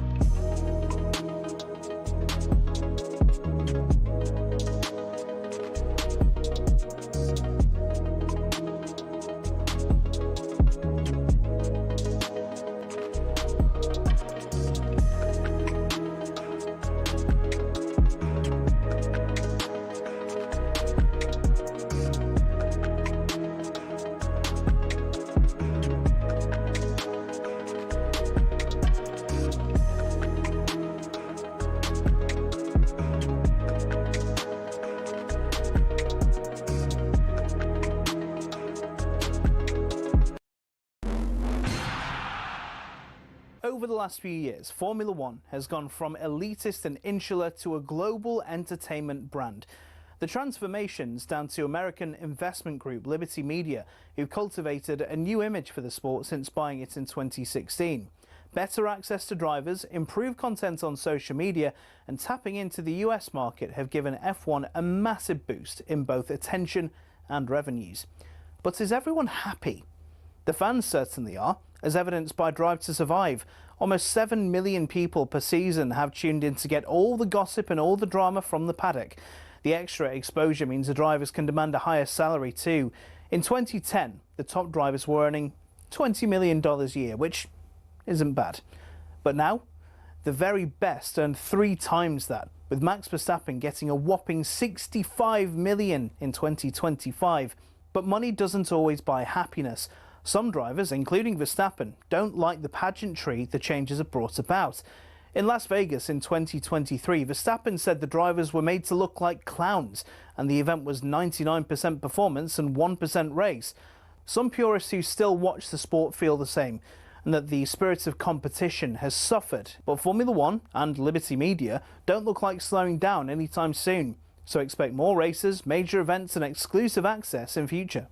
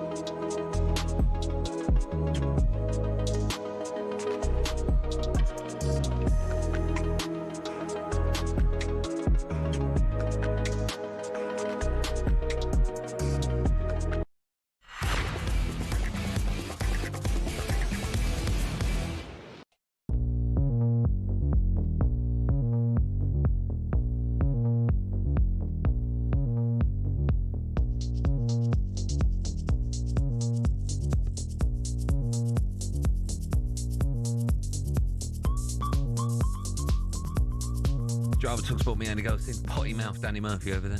Before the break, I asked the question, which goalkeeper did Harry Kane score his first Premier League goal against? I mean, there's no way anyone on the planet would get that. Kane scored in a 5-1 win over Sunderland in 2014. Vito Manoni was the goalkeeper. No. Even Vito probably wouldn't. No. Now a reminder, this Saturday talkSPORT brings you more live boxing as Josh Buatsi faces Zach Parker for the WBO International Light Heavyweight title at the Carp Arena in Manchester. Buatsi has been speaking to our very own Spencer Oliver at today's press conference, and he shared his thoughts ahead of the weekend's fight. I've said it up there and I'll say it here again. He's an ambitious fighter and that makes him dangerous, man. So that's enough information for me. How important is this fight for both of you guys at this stage of your careers? I can only speak for myself, but it's very important. You know how the game goes. I have to win this one, Spence, to keep moving forward. Yeah, absolutely. I mean, like I say, it's like, for me, I said this earlier on in an interview, it is a must-win fight for you. Where do you see the roadmap? I know you don't look past this, Josh, because you're professional and that's the way you go, but you win a fight here. We spoke to Frank Warren. He's saying there's a possibilities of like an Anthony Yard, Benavidez winner of that fight if you come through this one. So there's a lot on the line for you. Yeah, to quote him, he just said the winner becomes number one. Yeah. So you want to be in that position to be number one, to challenge for a title. So I'm happy about that. If you're watching that on YouTube, I can answer the question, yes, Spencer Oliver was standing on a box. Let's get more from him now, actually. He can confirm that, and we can get more on what happened at the press conference as we say hello and good evening to Spencer Oliver himself. Hi, Spence. Andy, Danny, how are you both doing? I wouldn't take that, Spence. What? It's just using you for a bit of humour. It's not right. No respect. Danny, you know what? I'm used to it with Andy now. You know, I'm sort of like... He only ever says it when we're not in person. I was going to say, yeah. I'm at the other end of the country, and I get it. Spence, where are you? Are you on the set of QVC? Where on earth are you? It's a great story, actually. We're in the Crown Plaza Hotel, and we were downstairs just about to set up, and they were saying, can you believe this, that we were being too loud, so we've been demoted to a room upstairs on the mezzanine floor, and this is about the best we could do, guys. Oh, well done. It looks lovely. I love that plant pot when you finish with it. Right, listen, let's talk about the press conference today. What happened? What have we learned? What do we see? Well, listen, I think that what we've got with Zach Parker and Joshua Boazzi is two guys that know their careers really are on the line. They're like the winner goes on, and you talked about the David Benavidez, Anthony Yard fight that's happening November the 22nd out in Saudi Arabia, and the winner possibly gets the winner of that. So there is a lot on the line for both of these guys. And where does the loser go? After this fight, like it's a rebuilding process, and they're both at that age now. They're in their 30s, and you look at it and go, where's the appetite going to come from? So it's a must-win fight for both guys, and they know that, and that's why you know you're going to get an absolute barn burner on Saturday night. Spence, I haven't heard the two fighters interviewed. Is there any needle here? Do they like each other? Do they know each other? Is there any bad blood? No, they're not like characters, if I'm totally honest. Joshua Boazzi is quite a reserved guy. He likes to do the speaking in the ring, and Zach Parker's that guy as well. I think there was never going to be any needle between the two. They know what's on the line. They know what they're going into. They're both very experienced, and like I say, it's all going to happen on Saturday night. But no needle in the build-up at all. And is Boazzi still the favourite then, even though he lost last time out? Would he still be edging it, do you think? Danny, it's a great question because I think Joshua Boazzi, he's an overwhelming favourite going into this one. Is he? If you look at... he is. Yeah, if you look at his last performance against Callum Smith and you go, you know what, he showed so much character in that fight. Yes, he lost the fight for the first time in his career, but he showed a lot of character in that one, and it's all about levels, and he showed that he belongs at world-class level, whereas Zach Parker, he lost to John Ryder back in 2024. That was down at super middleweight. He's gone up to light heavyweight. He's had 4 wins since then, but not really anyone of any sort of substance, so... I think going into it, Boazzi will definitely start an overwhelming favourite. It's interesting you say that because obviously with the bookers he will be, but mentally when these two climb into the ring, you mentioned Zach Parker, he comes into the ring on the back of 4 straight victories. I don't really know the calibre of his opponents. You've just alluded to it. That wasn't that great, but still he comes into the ring on the back of 4 victories. Whereas of course Boazzi comes into the ring on the back of a defeat. So mentally, who comes into the ring on Saturday night in a better place, do you think? Well, listen, Zach Parker, the momentum's with him, isn't it? He's coming on the wins and, he's looking to get himself onto that world stage. So, you'd say the momentum is definitely with Zach Parker. But for Joshua Boazzi, we won't know until that first bell rings exactly how that defeat has affected him because he's never been defeated before. So we don't know how he's going to bounce back from that. Has that moulded him as a fighter? Has that given the kick up the backside that he needed to go on, kick on and, go and try and chase those world honours? The guy that we've always thought has the potential to become a world champion and hasn't fulfilled that right now. But it's going to be interesting to see, Andy, on Saturday night, just exactly how that defeat has affected him because it was a tough fight, wasn't it? Back in, April, you saw that one and he had to, go through some moments in that fight. He had moments as well, but he showed a lot of character, as I say, a lot of resilience in that fight. And it's going to be interesting to see how he responds to that on Saturday. Spence, before I let you go, earlier in one of the ad breaks, Danny Murphy was admiring my man bag and he was questioning whether or not he should join the man bag club. Now, a long time ago, about 6 months ago. Spence got one. You didn't tell me. Spence saw mine and he didn't have one. And then he, on the back of seeing mine, got the same one. Not that one, another one, right? So he copied you. Is this true? Well, no. He's Not copied, but yeah, copied. But what I was going to ask, how much does it change your life, Spence? Well, it's changed my life massively. And Danny, to give you the full story, mate, because Andy skimmed over that a little bit there. He asked me, him and Lisa Snowden do a podcast, and he said to me, Spence, come and do this podcast with me. And whilst we were having this conversation, I said, you know what? I really like that man bag. I'm one of these guys that travels very light, and I'm always forgetting things, etc. He's like, mate, they're brilliant. You come and do my podcast. I'm going to buy you one of those. I waited 6 months, mate. 6 months. In the end, I said to him, do me a favour. Send me the link, Andy. I'm going to buy it myself. And that's exactly what I've done. I went and bought one, and it's a game changer, a lifesaver for me. Trust me, So he didn't. I'm in a whole new place with it. Don't travel without it. He didn't come through with a promise. Did he even pay you to be on the podcast? No. No, so I didn't get paid for the podcast. He didn't come through with the promise either.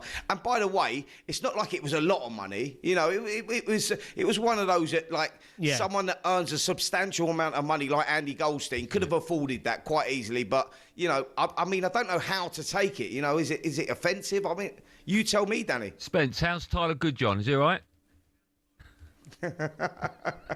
Tyler who? I don't even know what you're talking about. Honestly, if you throw me under the bus, Spence, all right? Throw me under the bus, my friend. Right. Thanks for coming on, man. Well, listen, Andy, what I'll do is, mate, I'll send you over my bank details and, just feel to do what you want. Oh, he's broken up. We lost him there. Just on the word of, I'll send you over. We lost him. Cheers, Spence. Spence, thanks for coming on. We'll see you soon. Keep up the great work. A reminder, don't forget this Saturday, Joshua Barazzi makes his Queensbury debut against Zach Parker, who's on a winning streak since losing in 2022. Watch this Saturday live, only on DAZN. Boxing update on talkSPORT with DAZN, the global home of boxing. Sign up now at dazn.com/boxing. Can I just say in my defence, that's not 100% true. What happened was he came on the podcast, during the chat in the podcast, he then admired it, and I went, you like it? And I said, I'll get you one. And that was it. Then I forgot. Right. And then about 3 months later, he just texted me saying, what's the link of the thing? And I sent him the link. I would have got him one. I'm a man of my word, but I just forgot. No, do you know what? This is a little theme, isn't it? No, there isn't. There's no theme. What else? Do you remember last time we did a show? With what? Last time we did a show, we went to the pub. Yeah. I got the drinks in? Yeah, you said, I'll get you a drink. I did get you a drink. Lovely, I know, but there was a couple of other talkSPORT people in there, and we walked in. Yeah, I don't like them. And you went, I won't ask them. Their glasses are full. I did say that. I'll get my drink tonight. And then you felt bad after. I did say that. You did, yeah. Yeah, but then I said, shall I get my drink? And you went, no, don't bother. No, I went and asked. Yeah, of course you did. Yeah. Right. to Chelsea. Let's talk Chelsea. Just quickly, I need to get your view on this. They're the next round of the Carabao Cup. They won 4-3 at White Wolves last night, but they didn't make it easy for themselves, having been 3-0 up at half-time. And, of course, they had Liam Delap sent off after he picked up 2 yellow cards, having come off the bench on his return from injury. His manager, Enzo Maresca, spoke to the media afterwards. Didn't hold back at all, did he? It's embarrassing when it's a red card like today. Like today, it's embarrassing. Because it's 2 yellow cards in 5 minutes, 10 minutes, 7 minutes. Both, I think we can avoid that. So it's not good. Yeah, after the yellow card, I told him 4 or 5 times, keep calm. But Liam is a player that when he's inside the pitch, probably is a little bit playing the game for himself, and he struggled to realize and to listen around him.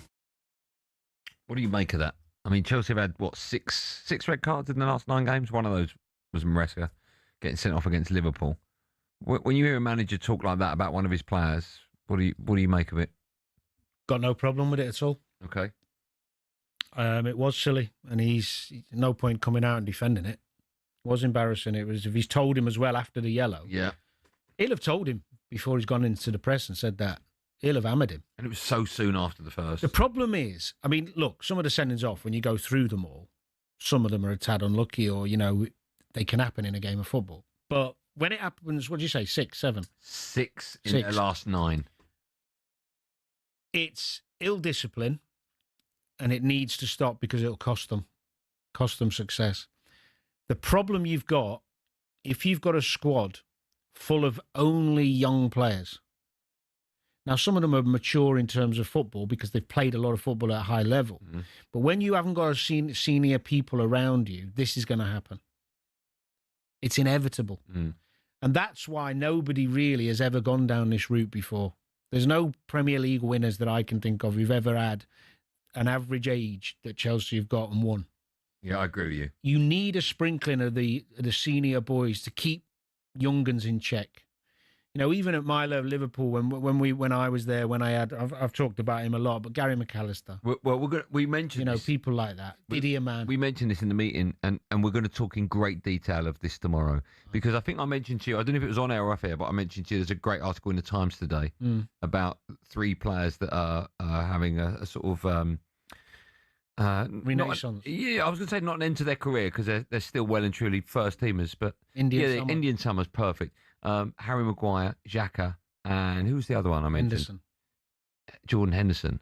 And I do think, because we're talking about Thiago Silva at Chelsea, I don't know if that Liam Delap thing would have happened last night if you got someone like Silva in the team. Things will still happen, just not as often. Okay. Because you'll get reprimanded. Yeah, and the manager doesn't need to deal with it, the players do. So, even before Gary Mack come, as I said to you earlier, my first captain at Liverpool was Paul Ince. Steve McManaman was there, keeping you in check. Yeah. You know, you need it. Jamie Redknapp was a senior player then, and he was his discipline and the way he conducted himself. You only learn from him.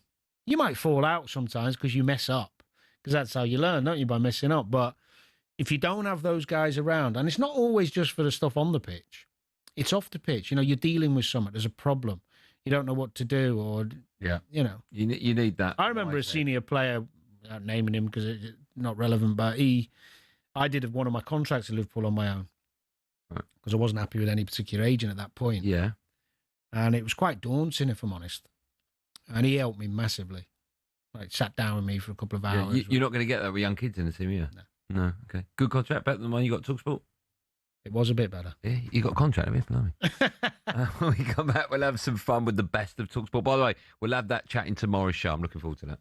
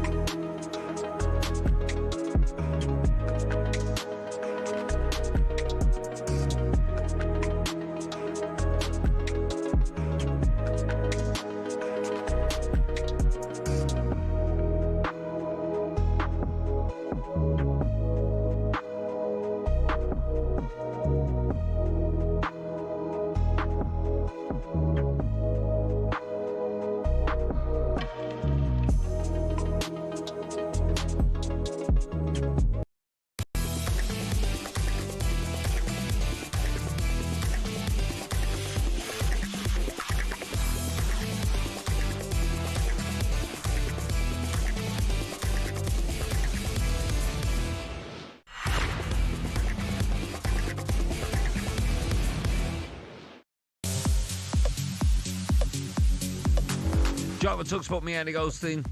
Superstar is Danny Murphy's here. And Just Eat, score a winner with your favourite matchday meals delivered in the box. Still to come, we'll have some fun with Murphy.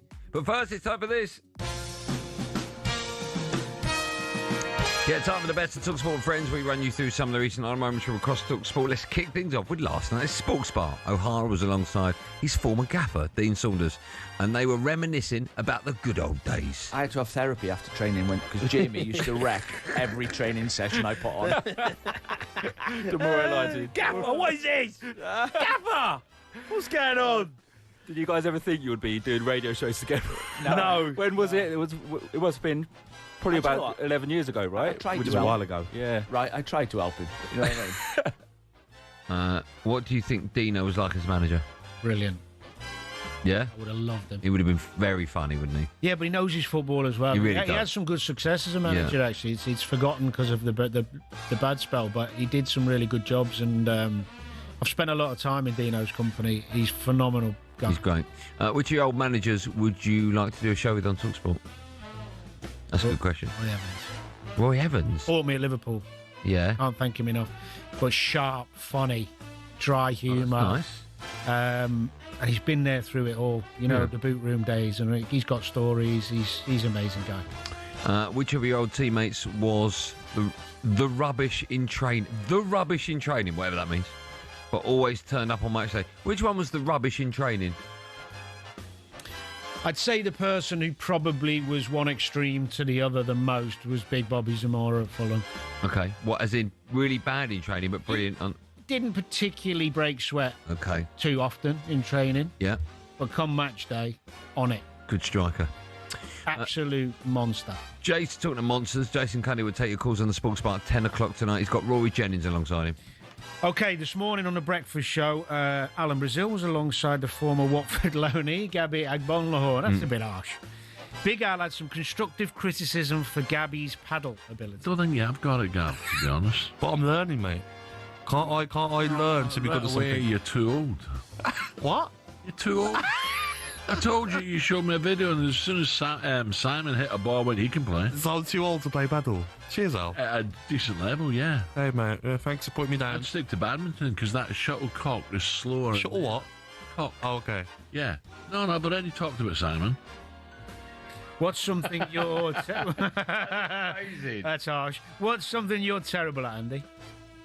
I don't think I'm terrible at anything. There must be something. Not terrible. Not terrible. I'll always give something a go. Like, I'm not great at lots of things. I'll always improve. Okay. What am I terrible at? I'm terrible at producing bad radio shows. Maths. No, I'm really good at maths. Are you? Yeah. Go on, ask me a question. No, I'm going to go on to another one that's boring. I trust you. No, go on, ask me a sum. 82 times 14. 791.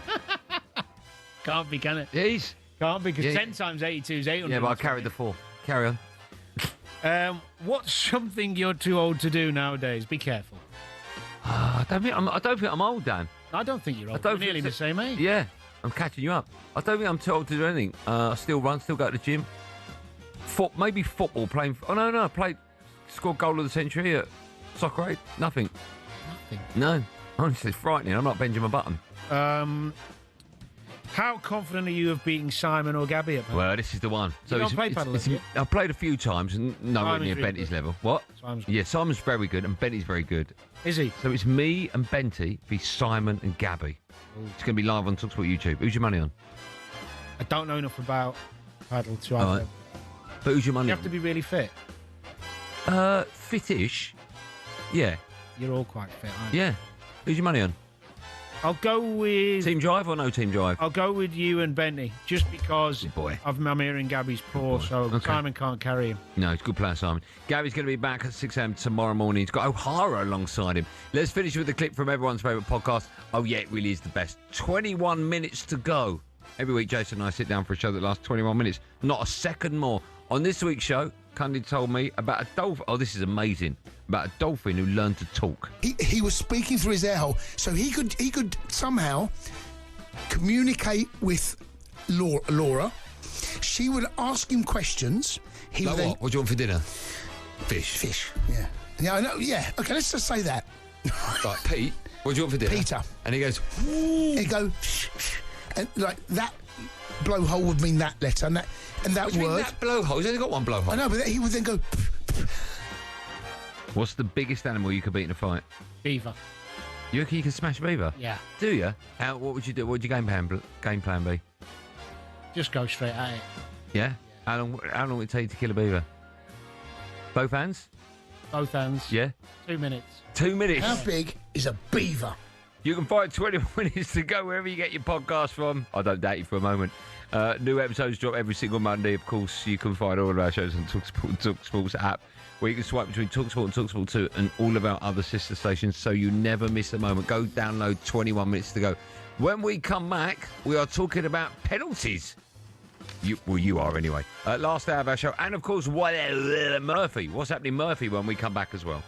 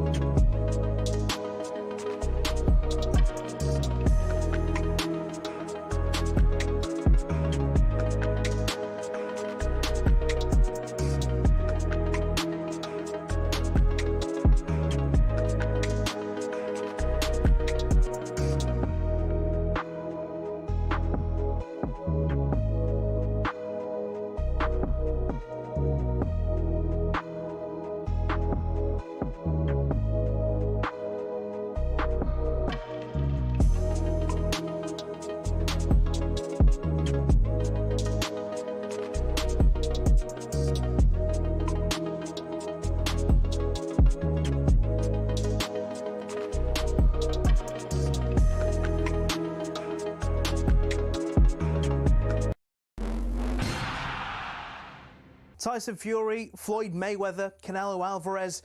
Just hearing these names makes you think money and the hundreds of millions of dollars, pounds or Saudi riyals in boxing. But that's at the top. At the bottom, it isn't quite the same. Even for those on the rise, there's not an awful lot of cash in the boxing world. And if you're just starting out, well, it can be a very costly exercise indeed. But don't take my word for it. Here's the former European champion, talkSPORT's Spencer Oliver. You're turning professional and you're boxing, let's say, York Hall on a non-televised fight. You have to sell tickets to earn any money, but you have to cover the wages of your opponent as well. So if you don't have the ability to be able to sell enough tickets, you effectively have to pay to fight. A far cry then from Jake Paul facing Mike Tyson in 2024, when the purse was reported to be around £48 million. But the vast amounts of cash lining the top dog's pockets isn't the norm in a typical fight. Let's say you're lucky and you get between 5 and 10 grand. You're going to get 10 grand max for that. 10% goes to the trainer, 25% goes to the manager, Then we've got the tax man to pay as well. So we're cutting that money in at least half. So now you've got £5,000 for a 10-week camp. So you're talking about a guy here earning, he might be clearing 500 quid a week. How do you support a family on that? So boxers chase the dream. And, you know, there's probably 2% of them that actually make it. So say you do make it and you start to rise up the ranks. Strikers Boxing, a training academy, says the mid-tier fighters can earn more, somewhere between £10,000 and £50,000 a fight, depending on record, profile, opponent and popularity of weight class. It's only at the top level does the real cash start flowing in, with the top-tier professionals, i.e. those going for titles, earning 6 figures a fight. Something else you'll have heard of is the terms prize fighter or journeyman. A prize fighter is, as it sounds, someone who picks up fights where they can and gets a nice big check if they win. Journeymen are the fighters who take on up-and-comers, effectively used for experience in the ring. Even if they're going up against the real prospects, a young Anthony Joshua, for example, these guys will be lucky to earn more than 10 grand. So the average boxer isn't as rich as you'd think.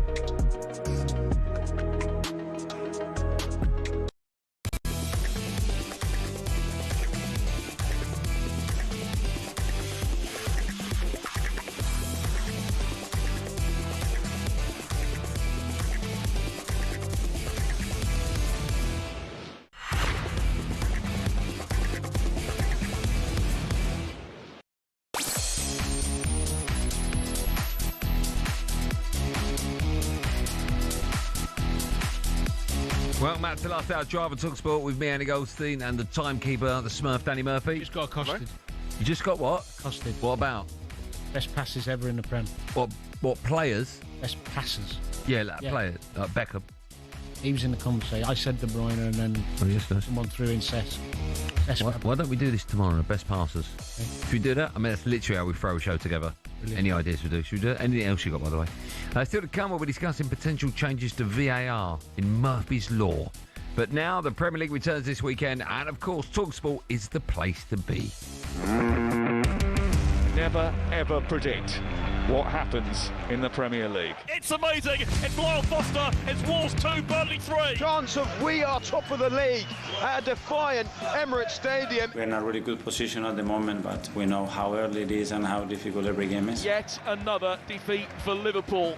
The drama fast becoming a crisis. Comes from again, and he sweeps Aston Villa into a 2-0 lead. Bournemouth 2, Nottingham Forest 0. Bournemouth are up to second in the Premier League, and their brilliant start to the season continues. Chelsea 1, Sunderland 2, Shamsteen Toby. That top 5 at the moment is incredible, isn't it? And above Liverpool. Finished here at Old Trafford. Manchester United 4, Brighton and Hove Albion 2. West Ham 9 games in, 4 points. Chorus of boos around Molineux. The picture will shift and change. It's all go on talkSPORT all the time. Wherever there's football, we will be there. We will indeed. Another massive weekend of Premier League football, and as usual, the talkSPORT network, we've got you covered. So from 1 p.m. on Saturday, Adrian Durham takes you around the grounds with all the goals as they go in from the Premier League and the EFL. Then at 8 p.m, we bring you live commentary of a huge game. Liverpool, they host in-form Aston Villa. We've also got 3 championship commentaries across the weekend. The easiest way to stay across everything is simply by downloading the talkSPORT app and hitting the live games tab. I mean, it really is that simple. Even Danny Murphy could do it. Right, time now for this. What's up? What's up, Danny? Birthday. What's up? What's up? Danny Murphy, how's it going, mate?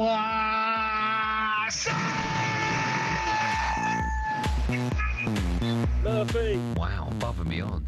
This is Murphy, where we give you the floor to ask former crew Alexander. Low knee. Were you a low knee there? No, I played and I went. You went back on loan? Yeah. Okay, so you were. Danny Murphy, anything you want, anything your heart desires. Also, I've been asking you to send in some voice notes. We've never done this with you. I love this. This is brilliant. Are you ready for question number 1? Yeah. Here we go. What's happening, Murphy? Danny, you're an absolute legend. As a Fulham fan, you give me the best couple of seasons. But my question to you, if we would have won that Europa League final, would that have been your best sporting achievement? Absolute legend. Goldstein, you're not so bad either. Cheers, boys. Great question. Yeah. Is that it? It would have been. No, yes, it would. I was very lucky to win trophies with the team I grew up loving. Remind me what you won before that with Liverpool. We won a couple of League Cups, FA Cup, UEFA Cup. Okay. Super Cup. All right. So everything apart from the League and Champions League? Yeah. Okay. So came second. I think my second to last year. We messed it up near the end. But anyway, and that was amazing. But it was expected. Yeah. And although I contributed quite a lot in a lot of those campaigns, and scored goals and big moments, my impact on the team wasn't as great as it was when we went on that run with Fulham. Yeah. I was captain. And every time when we got out of group stages, every round we played, we were the underdogs. So for us to have won it would have been... Who'd you have in the final? Atletico Madrid. What was the score? Yeah, Juve in the semis, right? No, quarters. Was it? Or quarters. Oh, right, okay. What was the score in the final? 2-1. They scored in the last 2 minutes of extra time. Who went first up? First 1-0 up? Them. 1-0, 1-1. Yeah, they scored. Nothing was happening in extra time. Do you have a chance? No. You didn't? Well, I remember speaking to their captain and he was like, pens. Like midway through second half, and I was like, pens. And it was just people passing it around. And then it came from nowhere, it ended up deflecting going in. Wow. Diego Forlan was given the goal. They had Aguero, didn't they, as well? Yeah. Yeah. They had De Gea in goal. Unbelievable team. Forlan was up top with Aguero because they beat Liverpool in the semi. Oh, my goodness. And I remember thinking, please don't let us play Liverpool in the final. You didn't want that game? No, because I knew Liverpool fans would take over the stadium. All right. It'd be like playing Liverpool away. So, and then we got Atletico, but we didn't know how good Aguero was and Forlan and that then. And they beat us. And we had a few injuries. We weren't full strength, but we still nearly did it. That's the most... I was very lucky because that was the only final I played in and lost. But I was so devastated at the end. I remember the feeling so well where I wanted to cry and capitulate because I was so upset. But then I looked around at the other lads, and so many of the lads had not won anything. So I was thinking, how can I start getting upset when... That's good you get upset. Try and pick some of these lads up. Yeah, I mean, don't get me wrong, Duffers was playing. And were you captain? Yeah. Mm. So then I didn't... Did you picture lifting it? Oh. Had you? I didn't watch them lift it. Did you not? No, did I, heck? And it was one of the only games, because my boy who's 15 now, he'd just been born. So it was one of the only games the two kids would have seen me playing. They'd see their dad lose. Well, he wouldn't have known, would he? But you know what, you know. He knows now. That was horrendous that evening. Should we move on? Yeah. Okay, on to the next one. What's that? Murphy, Matt Charlton fan here. Love watching you for the small amount of time we had you at Charlton. Love watching you over the years too. Great player. Just like yourself and Goldstein, I'm a massive goal fan too. Company plan of 4.8. What a player. If you could pick a 4-ball, who would be in it? Cheers, boys. Do you refer to himself what a player? Yeah. 4.8 is pretty remarkable. That is pretty good. Yeah. It's pretty good. So if you could play so in a 4-ball, so it'd be you and 3 others, who'd it be? Tiger Woods. Yeah. Just to because be around he's him. the GOAT, yeah? Yeah, he's the GOAT. Everyone knows. Yeah. Jimmy Bullard. Okay, right. Because he's great at golf, but he's just so funny. Yeah, non-stop. Banter would be... I'm not sure Tiger would be having Jimmy, but anyway. Would you give him any sweets? What do you mean? Jimmy.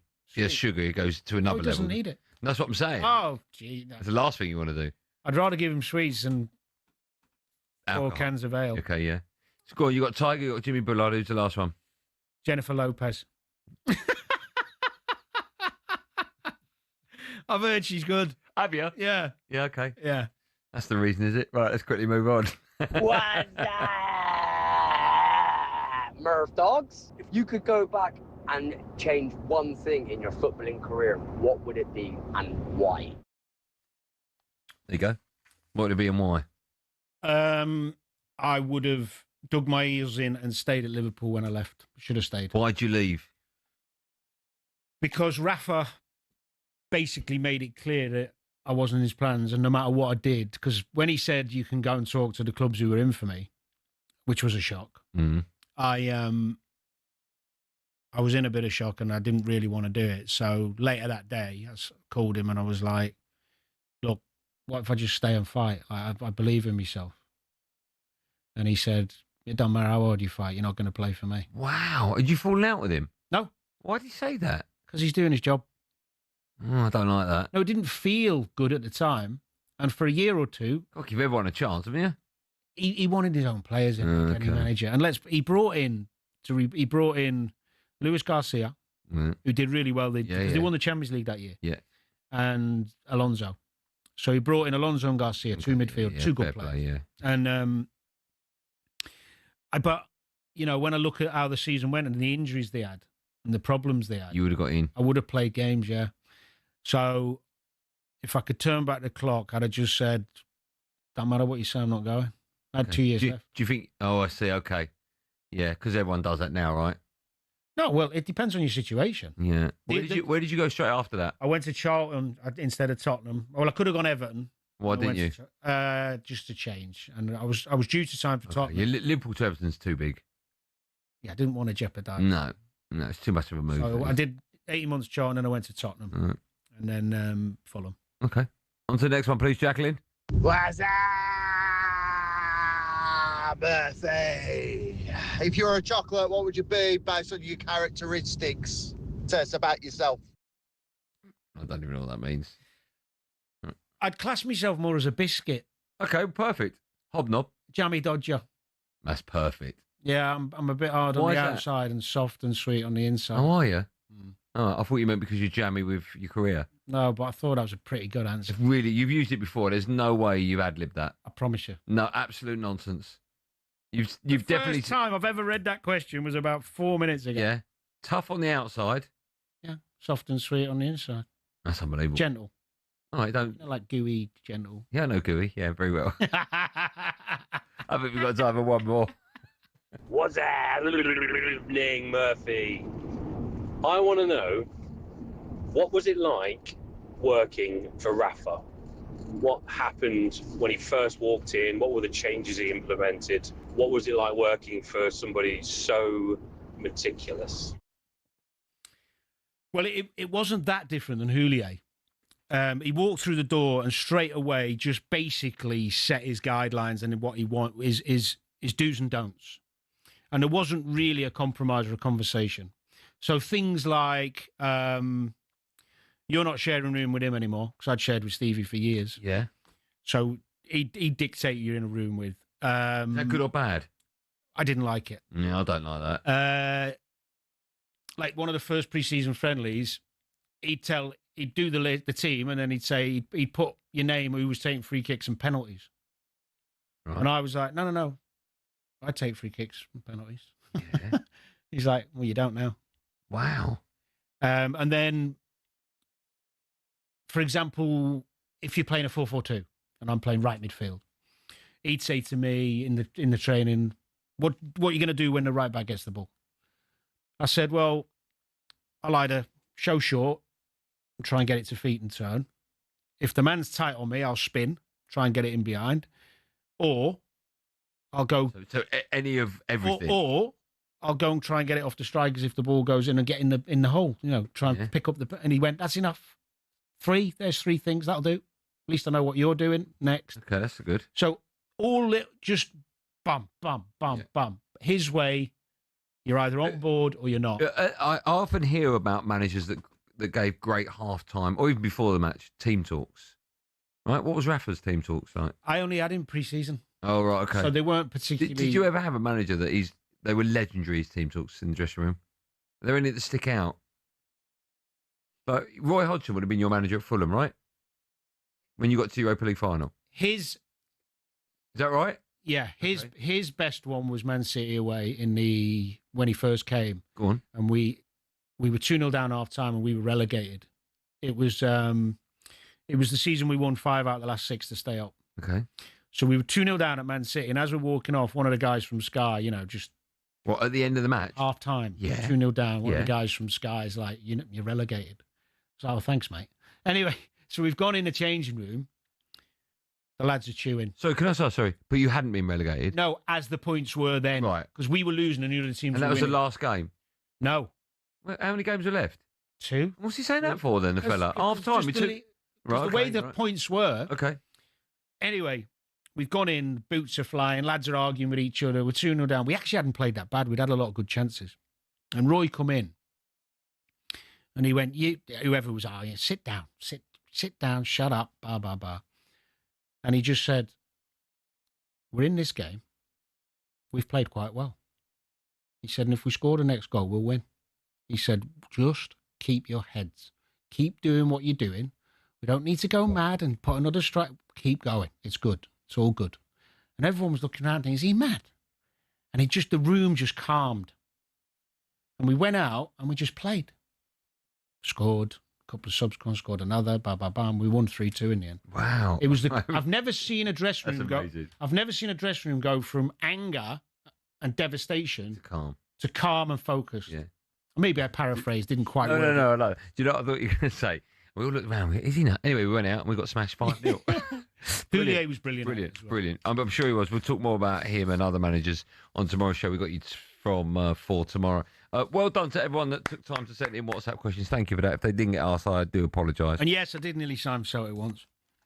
Okay, there you go. There's the answer to that next question. We've got loads coming up the last sport. I don't know how we're going to cram it all in, but we are. More from me and the legend that is Danny Murphy right after this.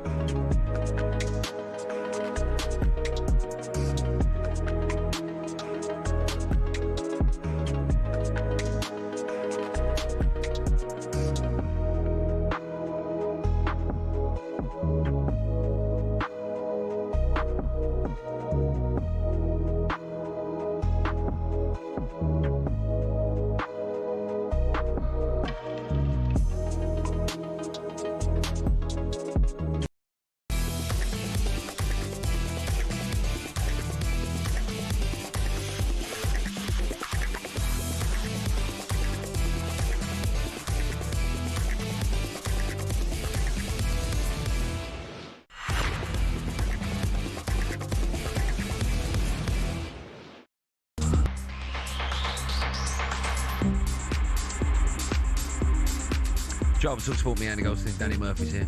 Justy, get delicious meals and everyday essentials from the delivery experts. Still to come, we'll be discussing potential changes to VAR in this week's Murphy's Law. First, so it's time for this. The electrifying debate on talkSPORT with the Vauxhall electric van range, transforming the way Britain moves. Search Vauxhall Vans to find out more. Yeah, time now for a feature with Vauxhall. Each week we're celebrating the next generation of British sporting talent. Danny and I will debate who's got the potential to go all the way this week. I'm excited about this. This week we're talking about Man United and England midfielder Kobbie Mainoo. He was, of course, a huge part of England's run at the Euros last summer, even started in the final. But he has fallen out of favour with Ruben Amorim. He's yet to start a Premier League game this season. He has been linked with a move away from the club. He wanted to leave on loan in the summer to get minutes ahead of the World Cup, but United blocked that. Firstly, how highly do you rate Kobbie Mainoo? He's still 20 years old. Really highly. Technically very good. Great feet. Plays with a calmness that you wouldn't expect in such tight areas. I think his true qualities were on show when he was in the Euros playing for England, you know, on one of the biggest stages, thrust into that quite late. Nobody really 6 months before had ever thought he was going to be the missing piece, if you like. I think he's had games at Man U where he's shown that quality and class as well. I think he's been really unlucky in the fact that a lot of times in the United side when they've been struggling, he's been in the middle of the pitch with players who don't complement him very well. So Mainoo's strengths are he can score you a goal. He's got a nice finish on him when he gets in there, good feet. Played up front for United, didn't he? Well, he has once or twice, but he's more of a creative midfielder than a defensive midfielder. Okay, that's interesting you say that. He needs legs around him, you know, like the balance. So if you're going to play a three, you would want him being one of the two who are ahead of the defensive one or ahead of defensive two, because he'll make you a goal, he'll get you a goal. He's got great feet to play little one-round corners and manipulate the ball. I just think at times at Man U, his lack of defensive discipline has been shown. When he's been asked to play that role? Yes. Yeah, okay. A deeper role without the people around him to help him. I agree. Which would happen to most creative midfielders. I mean, although Bruno is playing great and does amazing things, there's at least 3 goals I did with work where they were his fault playing in that deeper role, because it's just not him. Yeah. It's not his game. Now, at the moment, it's fine because they're getting results and it's not being talked about as much, but it'll come again, that. I think Bruno's more of a 10 or an 8 with people behind him, not one of the two. Yeah. And I think Mainoo's the same. Let me ask you, Brian Robson said recently that Kobbie Mainoo should be playing alongside Casemiro, which would allow Bruno to move on a bit. The problem you've got is in the formation that Ruben Amorim goes with, you're never going to get the scenario where the 3 play. Because I think for that you need a 4-2-3-1, the 2 being Casemiro sitting and then allowing Kobbie to move forward with Bruno in front of him. Yeah, but you could do it in this system because, for example, Bruno played in this system where Matheus Cunha played, didn't he? So how would you fit Casemiro, Kobbie Mainoo and Bruno into the... Well, if Cunha was injured. Oh, I see, okay. So if Cunha was injured and you put Bruno there to play behind... But then you're playing... Oh, I see, okay, playing behind Cesco. So he's a 10 in effect. Yeah, okay. And Bruno and Fernandes 10s, inverted. Are you playing out wide then on the 3? Well, no, that's your wing-backs are the width. Oh, right, okay. In United system... Oh, sorry, you're talking about the system he's using now. Right, okay, sorry. So, Mainoo could play alongside Casemiro. Yeah. Or Ugarte. And Bruno could play in one of the 2. If there's an injury. Well, because they're not in Europe, are they? So they're not going to have loads of games. No. But But I think there's a way you can get them all in. Yeah, if you change the system. I agree. Yeah. 4-2 I'm a big fan of Kobbie Mainoo. 4-2-3-1. The only problem with the 4-2-3-1 for United is, and I don't think he likes to play a certain way. The problem is with a 4-2-3-1, I think he thinks that Cunha and Mbeumo will be too wide for him. So because they'll end up more like wingers, they'll have to do more defending because they haven't got wing backs. Didn't Mbeumo play that role when he was at Brentford? Well, Brentford mixed it up. Sometimes they play wing back, sometimes they play a foot. Yes, he can. Yeah. But Matheus Cunha doesn't want to be stuck on the left wing. No, okay. I agree with that. So, and also, if they're wide, and I think this is why he likes the system, if they play wide in a 4-2-3-1, the support for Šeško's coming from Bruno as a 10. Yeah. He likes two of them to support the striker. Be more compact, yeah. Yeah. And especially when they haven't got the ball. But I agree with you. It would give them something different in a game where they might be struggling. So instead of changing personnel, flick the system, give them something else to think about now. Now the right back's got to go against Cunha. The left back's got Mbeumo, and now Bruno's in this free role where he doesn't have to defend. I mean, imagine the damage. Well, we've seen what Bruno can do. Yeah. I'm so glad you're in tomorrow as well. We've got so much to talk about. That was all thanks to our friends at Vauxhall Vans. Explore the full range now. The electrifying debate on talkSPORT with the Vauxhall electric van range, transforming the way Britain moves. Search Vauxhall Vans to find out more. Show's going too quick. What were you going to say? Sorry, I thought we were on a break. Oh, no, what were you going to say? Nothing. Oh, okay. Still to come, we'll bring you the latest edition of Murphy's Law. First, it's time for No Googling. We'll have that break in a minute. After the nominees for October's Manager of the Month awards were announced, Ruben Amorim, Mikel Arteta, Unai Emery and Andoni Iraola, we want to know which manager holds the record for the most Manager of the Month awards in a single season. I'll give you a clue, he won 5 of them. All right, but who's the manager and what year did it happen? More from me and more importantly, the superstar is Danny Murphy right after this live on Drive and Talk Sport.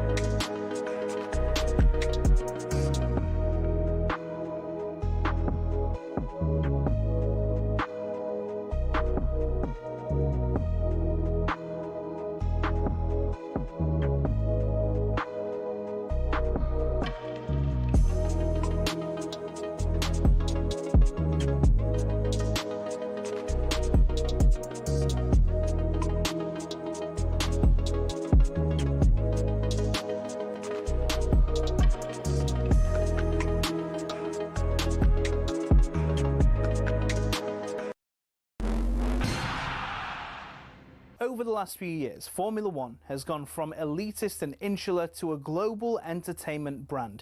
The transformation's down to American investment group Liberty Media, who cultivated a new image for the sport since buying it in 2016. Better access to drivers, improved content on social media, and tapping into the US market have given F1 a massive boost in both attention and revenues. But is everyone happy? The fans certainly are, as evidenced by Drive to Survive. Almost 7 million people per season have tuned in to get all the gossip and all the drama from the paddock. The extra exposure means the drivers can demand a higher salary too.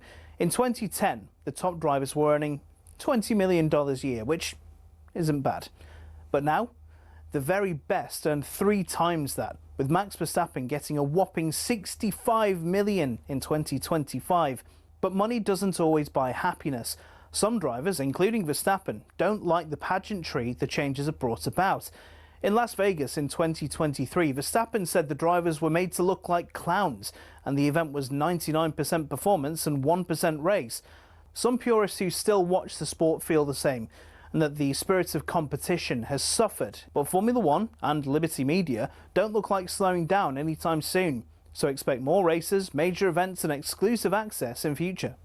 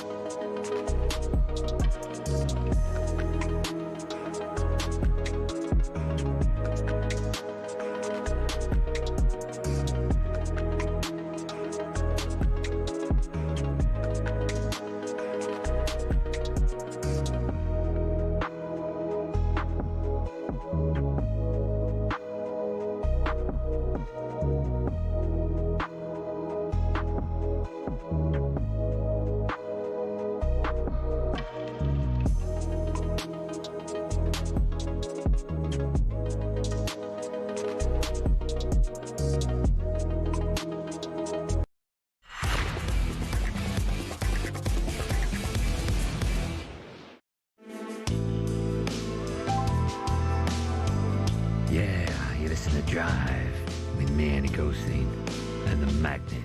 It's called the Magnet for a reason. I can't tell you that reason, but it's called the Magnet for a reason. Danny Murphy's here. Before the break, ask the question, which manager holds the record for the most Manager of the Month awards in a single season? Any idea? They 5 in a season, 1920, not as in 2019, 2020. Pep? No, Jurgen Klopp. Ooh. Yeah. Follow us at 7. The wonderful Natalie Sy hosts Kickoff. Tonight she's got former Lioness Leanne Sanderson alongside her. Now, yesterday, Gabby Agbonlahor and I were joined in the studio. Of course, yeah, but a great hour it was. Former Newcastle and Netherlands goalkeeper Tim Krul.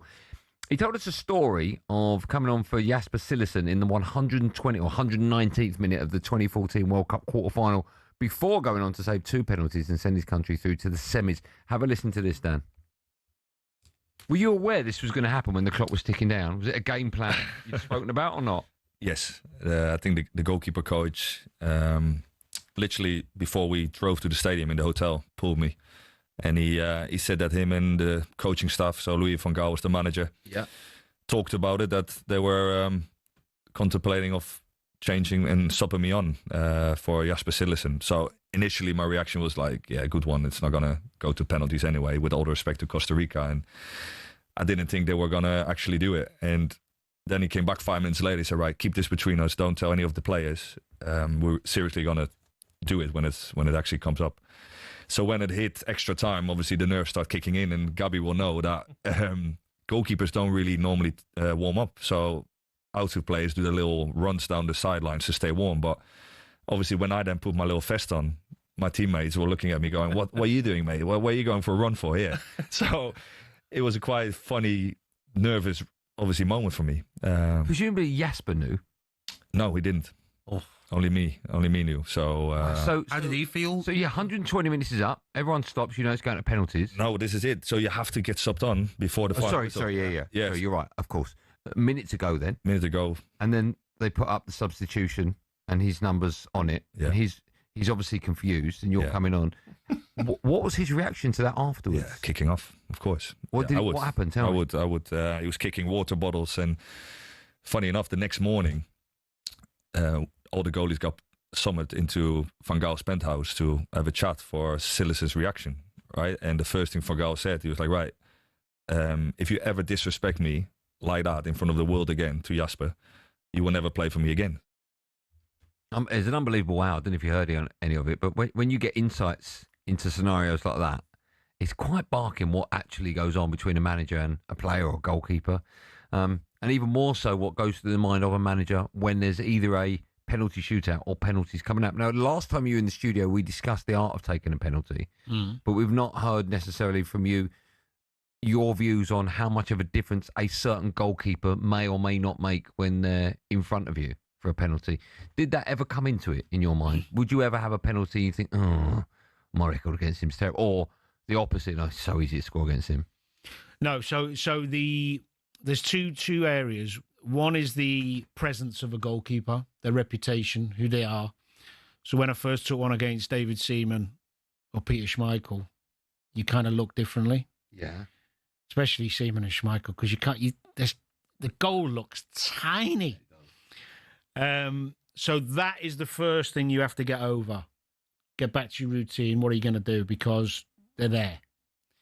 The second part, which doesn't happen very often, and the only time I missed was when this happened to me, when I hadn't dealt with it before, and I'm amazed more keepers don't do this. Martinez is the best at it. Joe Hart at Man City got in my head. Now he's a good keeper anyway, he's a big lad, and he started shouting at me. Same as normal, is it? Know where you go, blah, blah, blah. So there's the penalty's been given? Yeah. And now you're waiting to take it, and then he's barking. Oh, he's on me, yeah. Okay, yeah, go on. He's barking, telling me he knows what I'm going to do, blah, same old, blah. And my head's gone. I'm frazzled, because I'm thinking, is he bluffing me or what? Is he double bluffing? And I needed to score. It was the game we were 2-0 down. Wow. It was 2-1.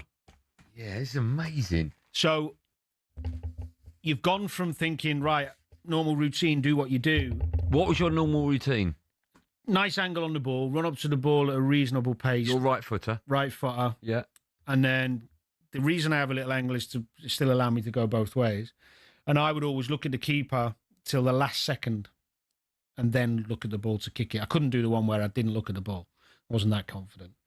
And the reason I looked at the keeper as long as I could is if they went really early, which some of them do. Because then you can just slot it. You don't even have to hit it that hard. You slot it whichever way. I always find this unbelievable when I either hear people talking about it or see it, because we're talking about a millisecond of a decision. Yeah, but it is a millisecond. But when you're taking penalties, before you've hit the ball, if you see a keeper who's big anyway, go, you see it. It's like... No, but it's a millisecond. It is, but it's just... You just get used to it. Because if you're if you're waiting for that to happen, it doesn't happen. No, you're not waiting for it. You're doing your normal routine. Oh, I see. Okay. And as you're going in, if you see it, you're not like, wait, he might not go anywhere. He might stay in the middle. And if he does, you'll just do what you're going to do. You've got your normal thing. Okay. But if he goes early to what I'm going to do, I'll just go the other way. And that's... Most keepers don't go that early. Doesn't happen very often. All right. You don't get the chance. Schmeichel did. Did he? Went really early, so I just slotted it the other way. Right.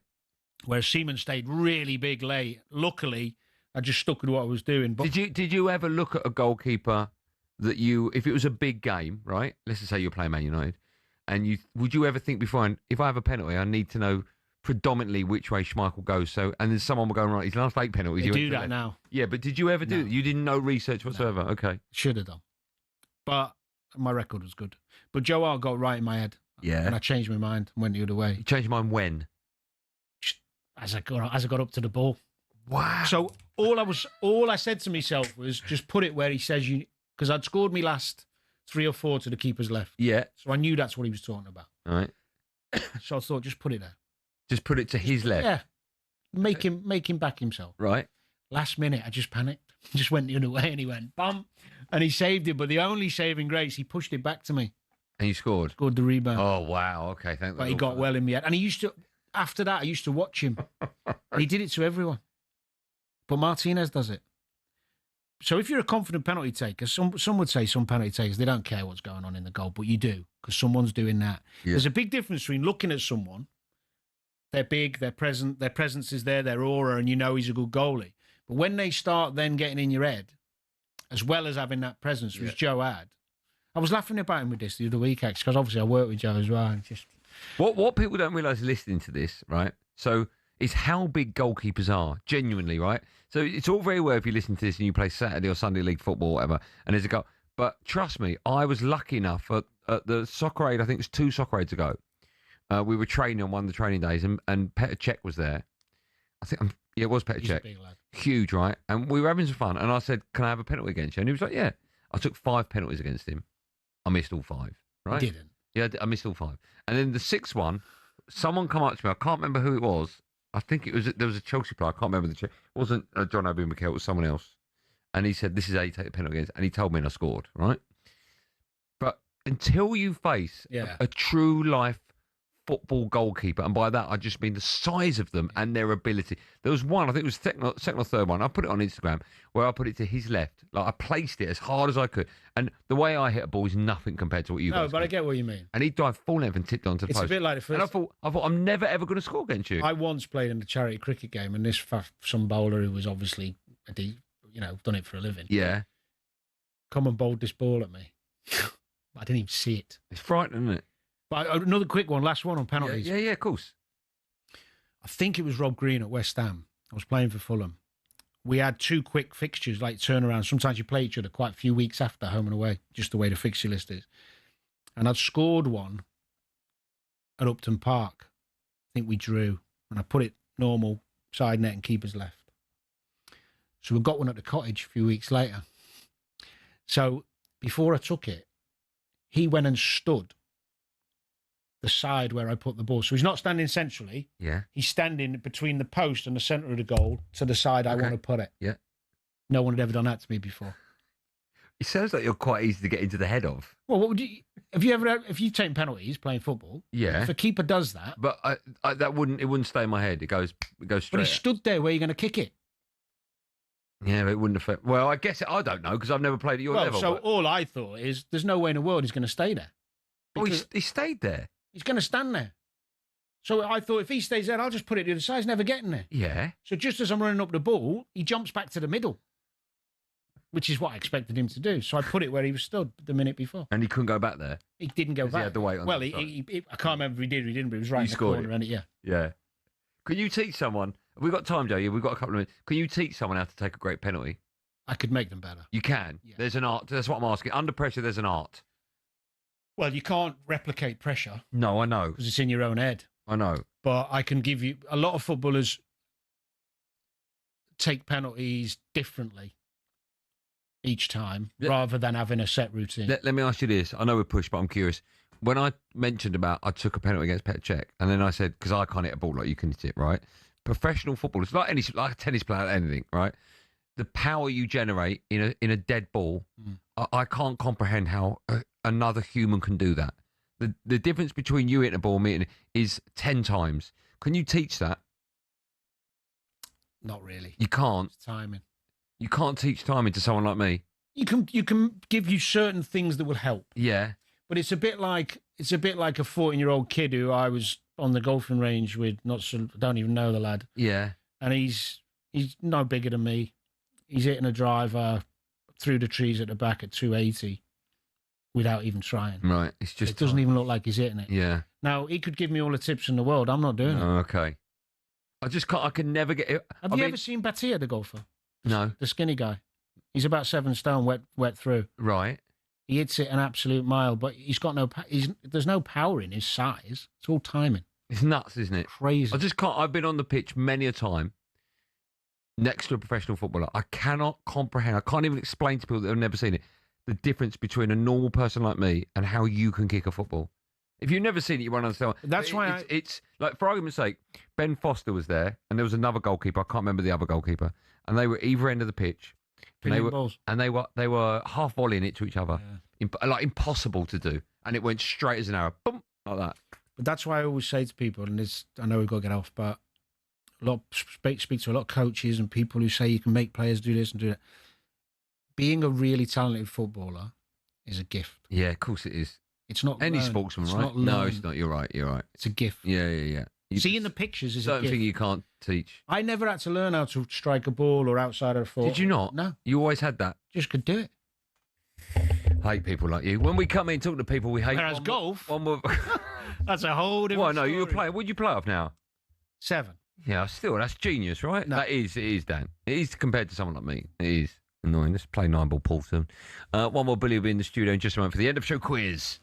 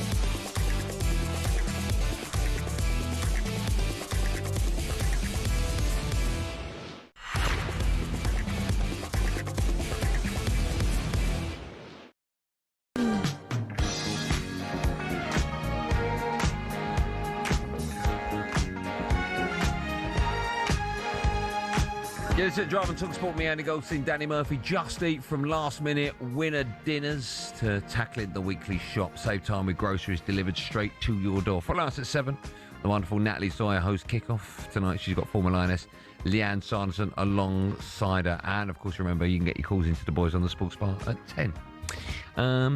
We've got one more Billy in the studio with us.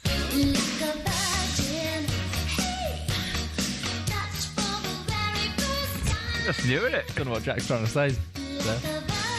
I think that's going to be played every time now. How are you? How are you, Bill? Yeah, really good. I like that song, so it's fine. Doesn't bother me. Nice to see you. Nice. What are we doing for the end of the show quiz? Danny was telling a story about King Kenny earlier. So the quiz is about kings and queens. What'd you make of his hair? A bit more. It reminds me of my son's, and I'm baffled by his. Yeah, that's the rage at the moment, right? Bizarre. It's like a mop. Yeah. Go on then, kings and queens. Yeah. How old do you think? Can you believe it? How old do you think he is? 19. How old are you, Bill? Take that. 27. He looks a baby, doesn't he? He was Do a you baby. still get ID'd? I got ID'd for paracetamol the other day, which I think you have to be 16 to buy. Really? Yeah. Serious? Yeah. Getting a headache from the show. Watching Friends again in Working too hard, yeah. What we do? Go on then. Kings and queens. Kings what and we do? queens. Andy, do you want to go first? Yeah. Do you know what? I'm going to let Danny go first. I've never done that before, but Danny's been just above and beyond today. All right. This is a bad subject. Danny, how heavy did Henry VIII get? 18 stone, 23 stone, 28 stone. At his heaviest. Well, he was greedy, wasn't he? 'Cause he had a lot of wives. I thought it was knives, wasn't it? Wives. 6 knives. Oh, was it wives? Okay. So I think he would have eaten a lot. Well, not of them. 28 stone. Gee. Going for the big one. I've not had a single burger since I touched down in. Correct. Yeah. Well done. Logic. Logic. It's just about logic. One up, Murph. When he sadly passed, he was 28 stone.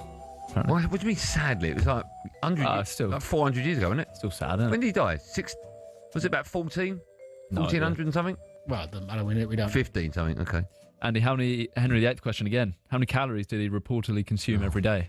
I mean, no one knows because calories weren't a thing back then. They've checked. Oh, okay. 5,000, 8,000, 12,000. Well, I've got to go for the although you never ever do 2 C's on the chart, so I'll go B.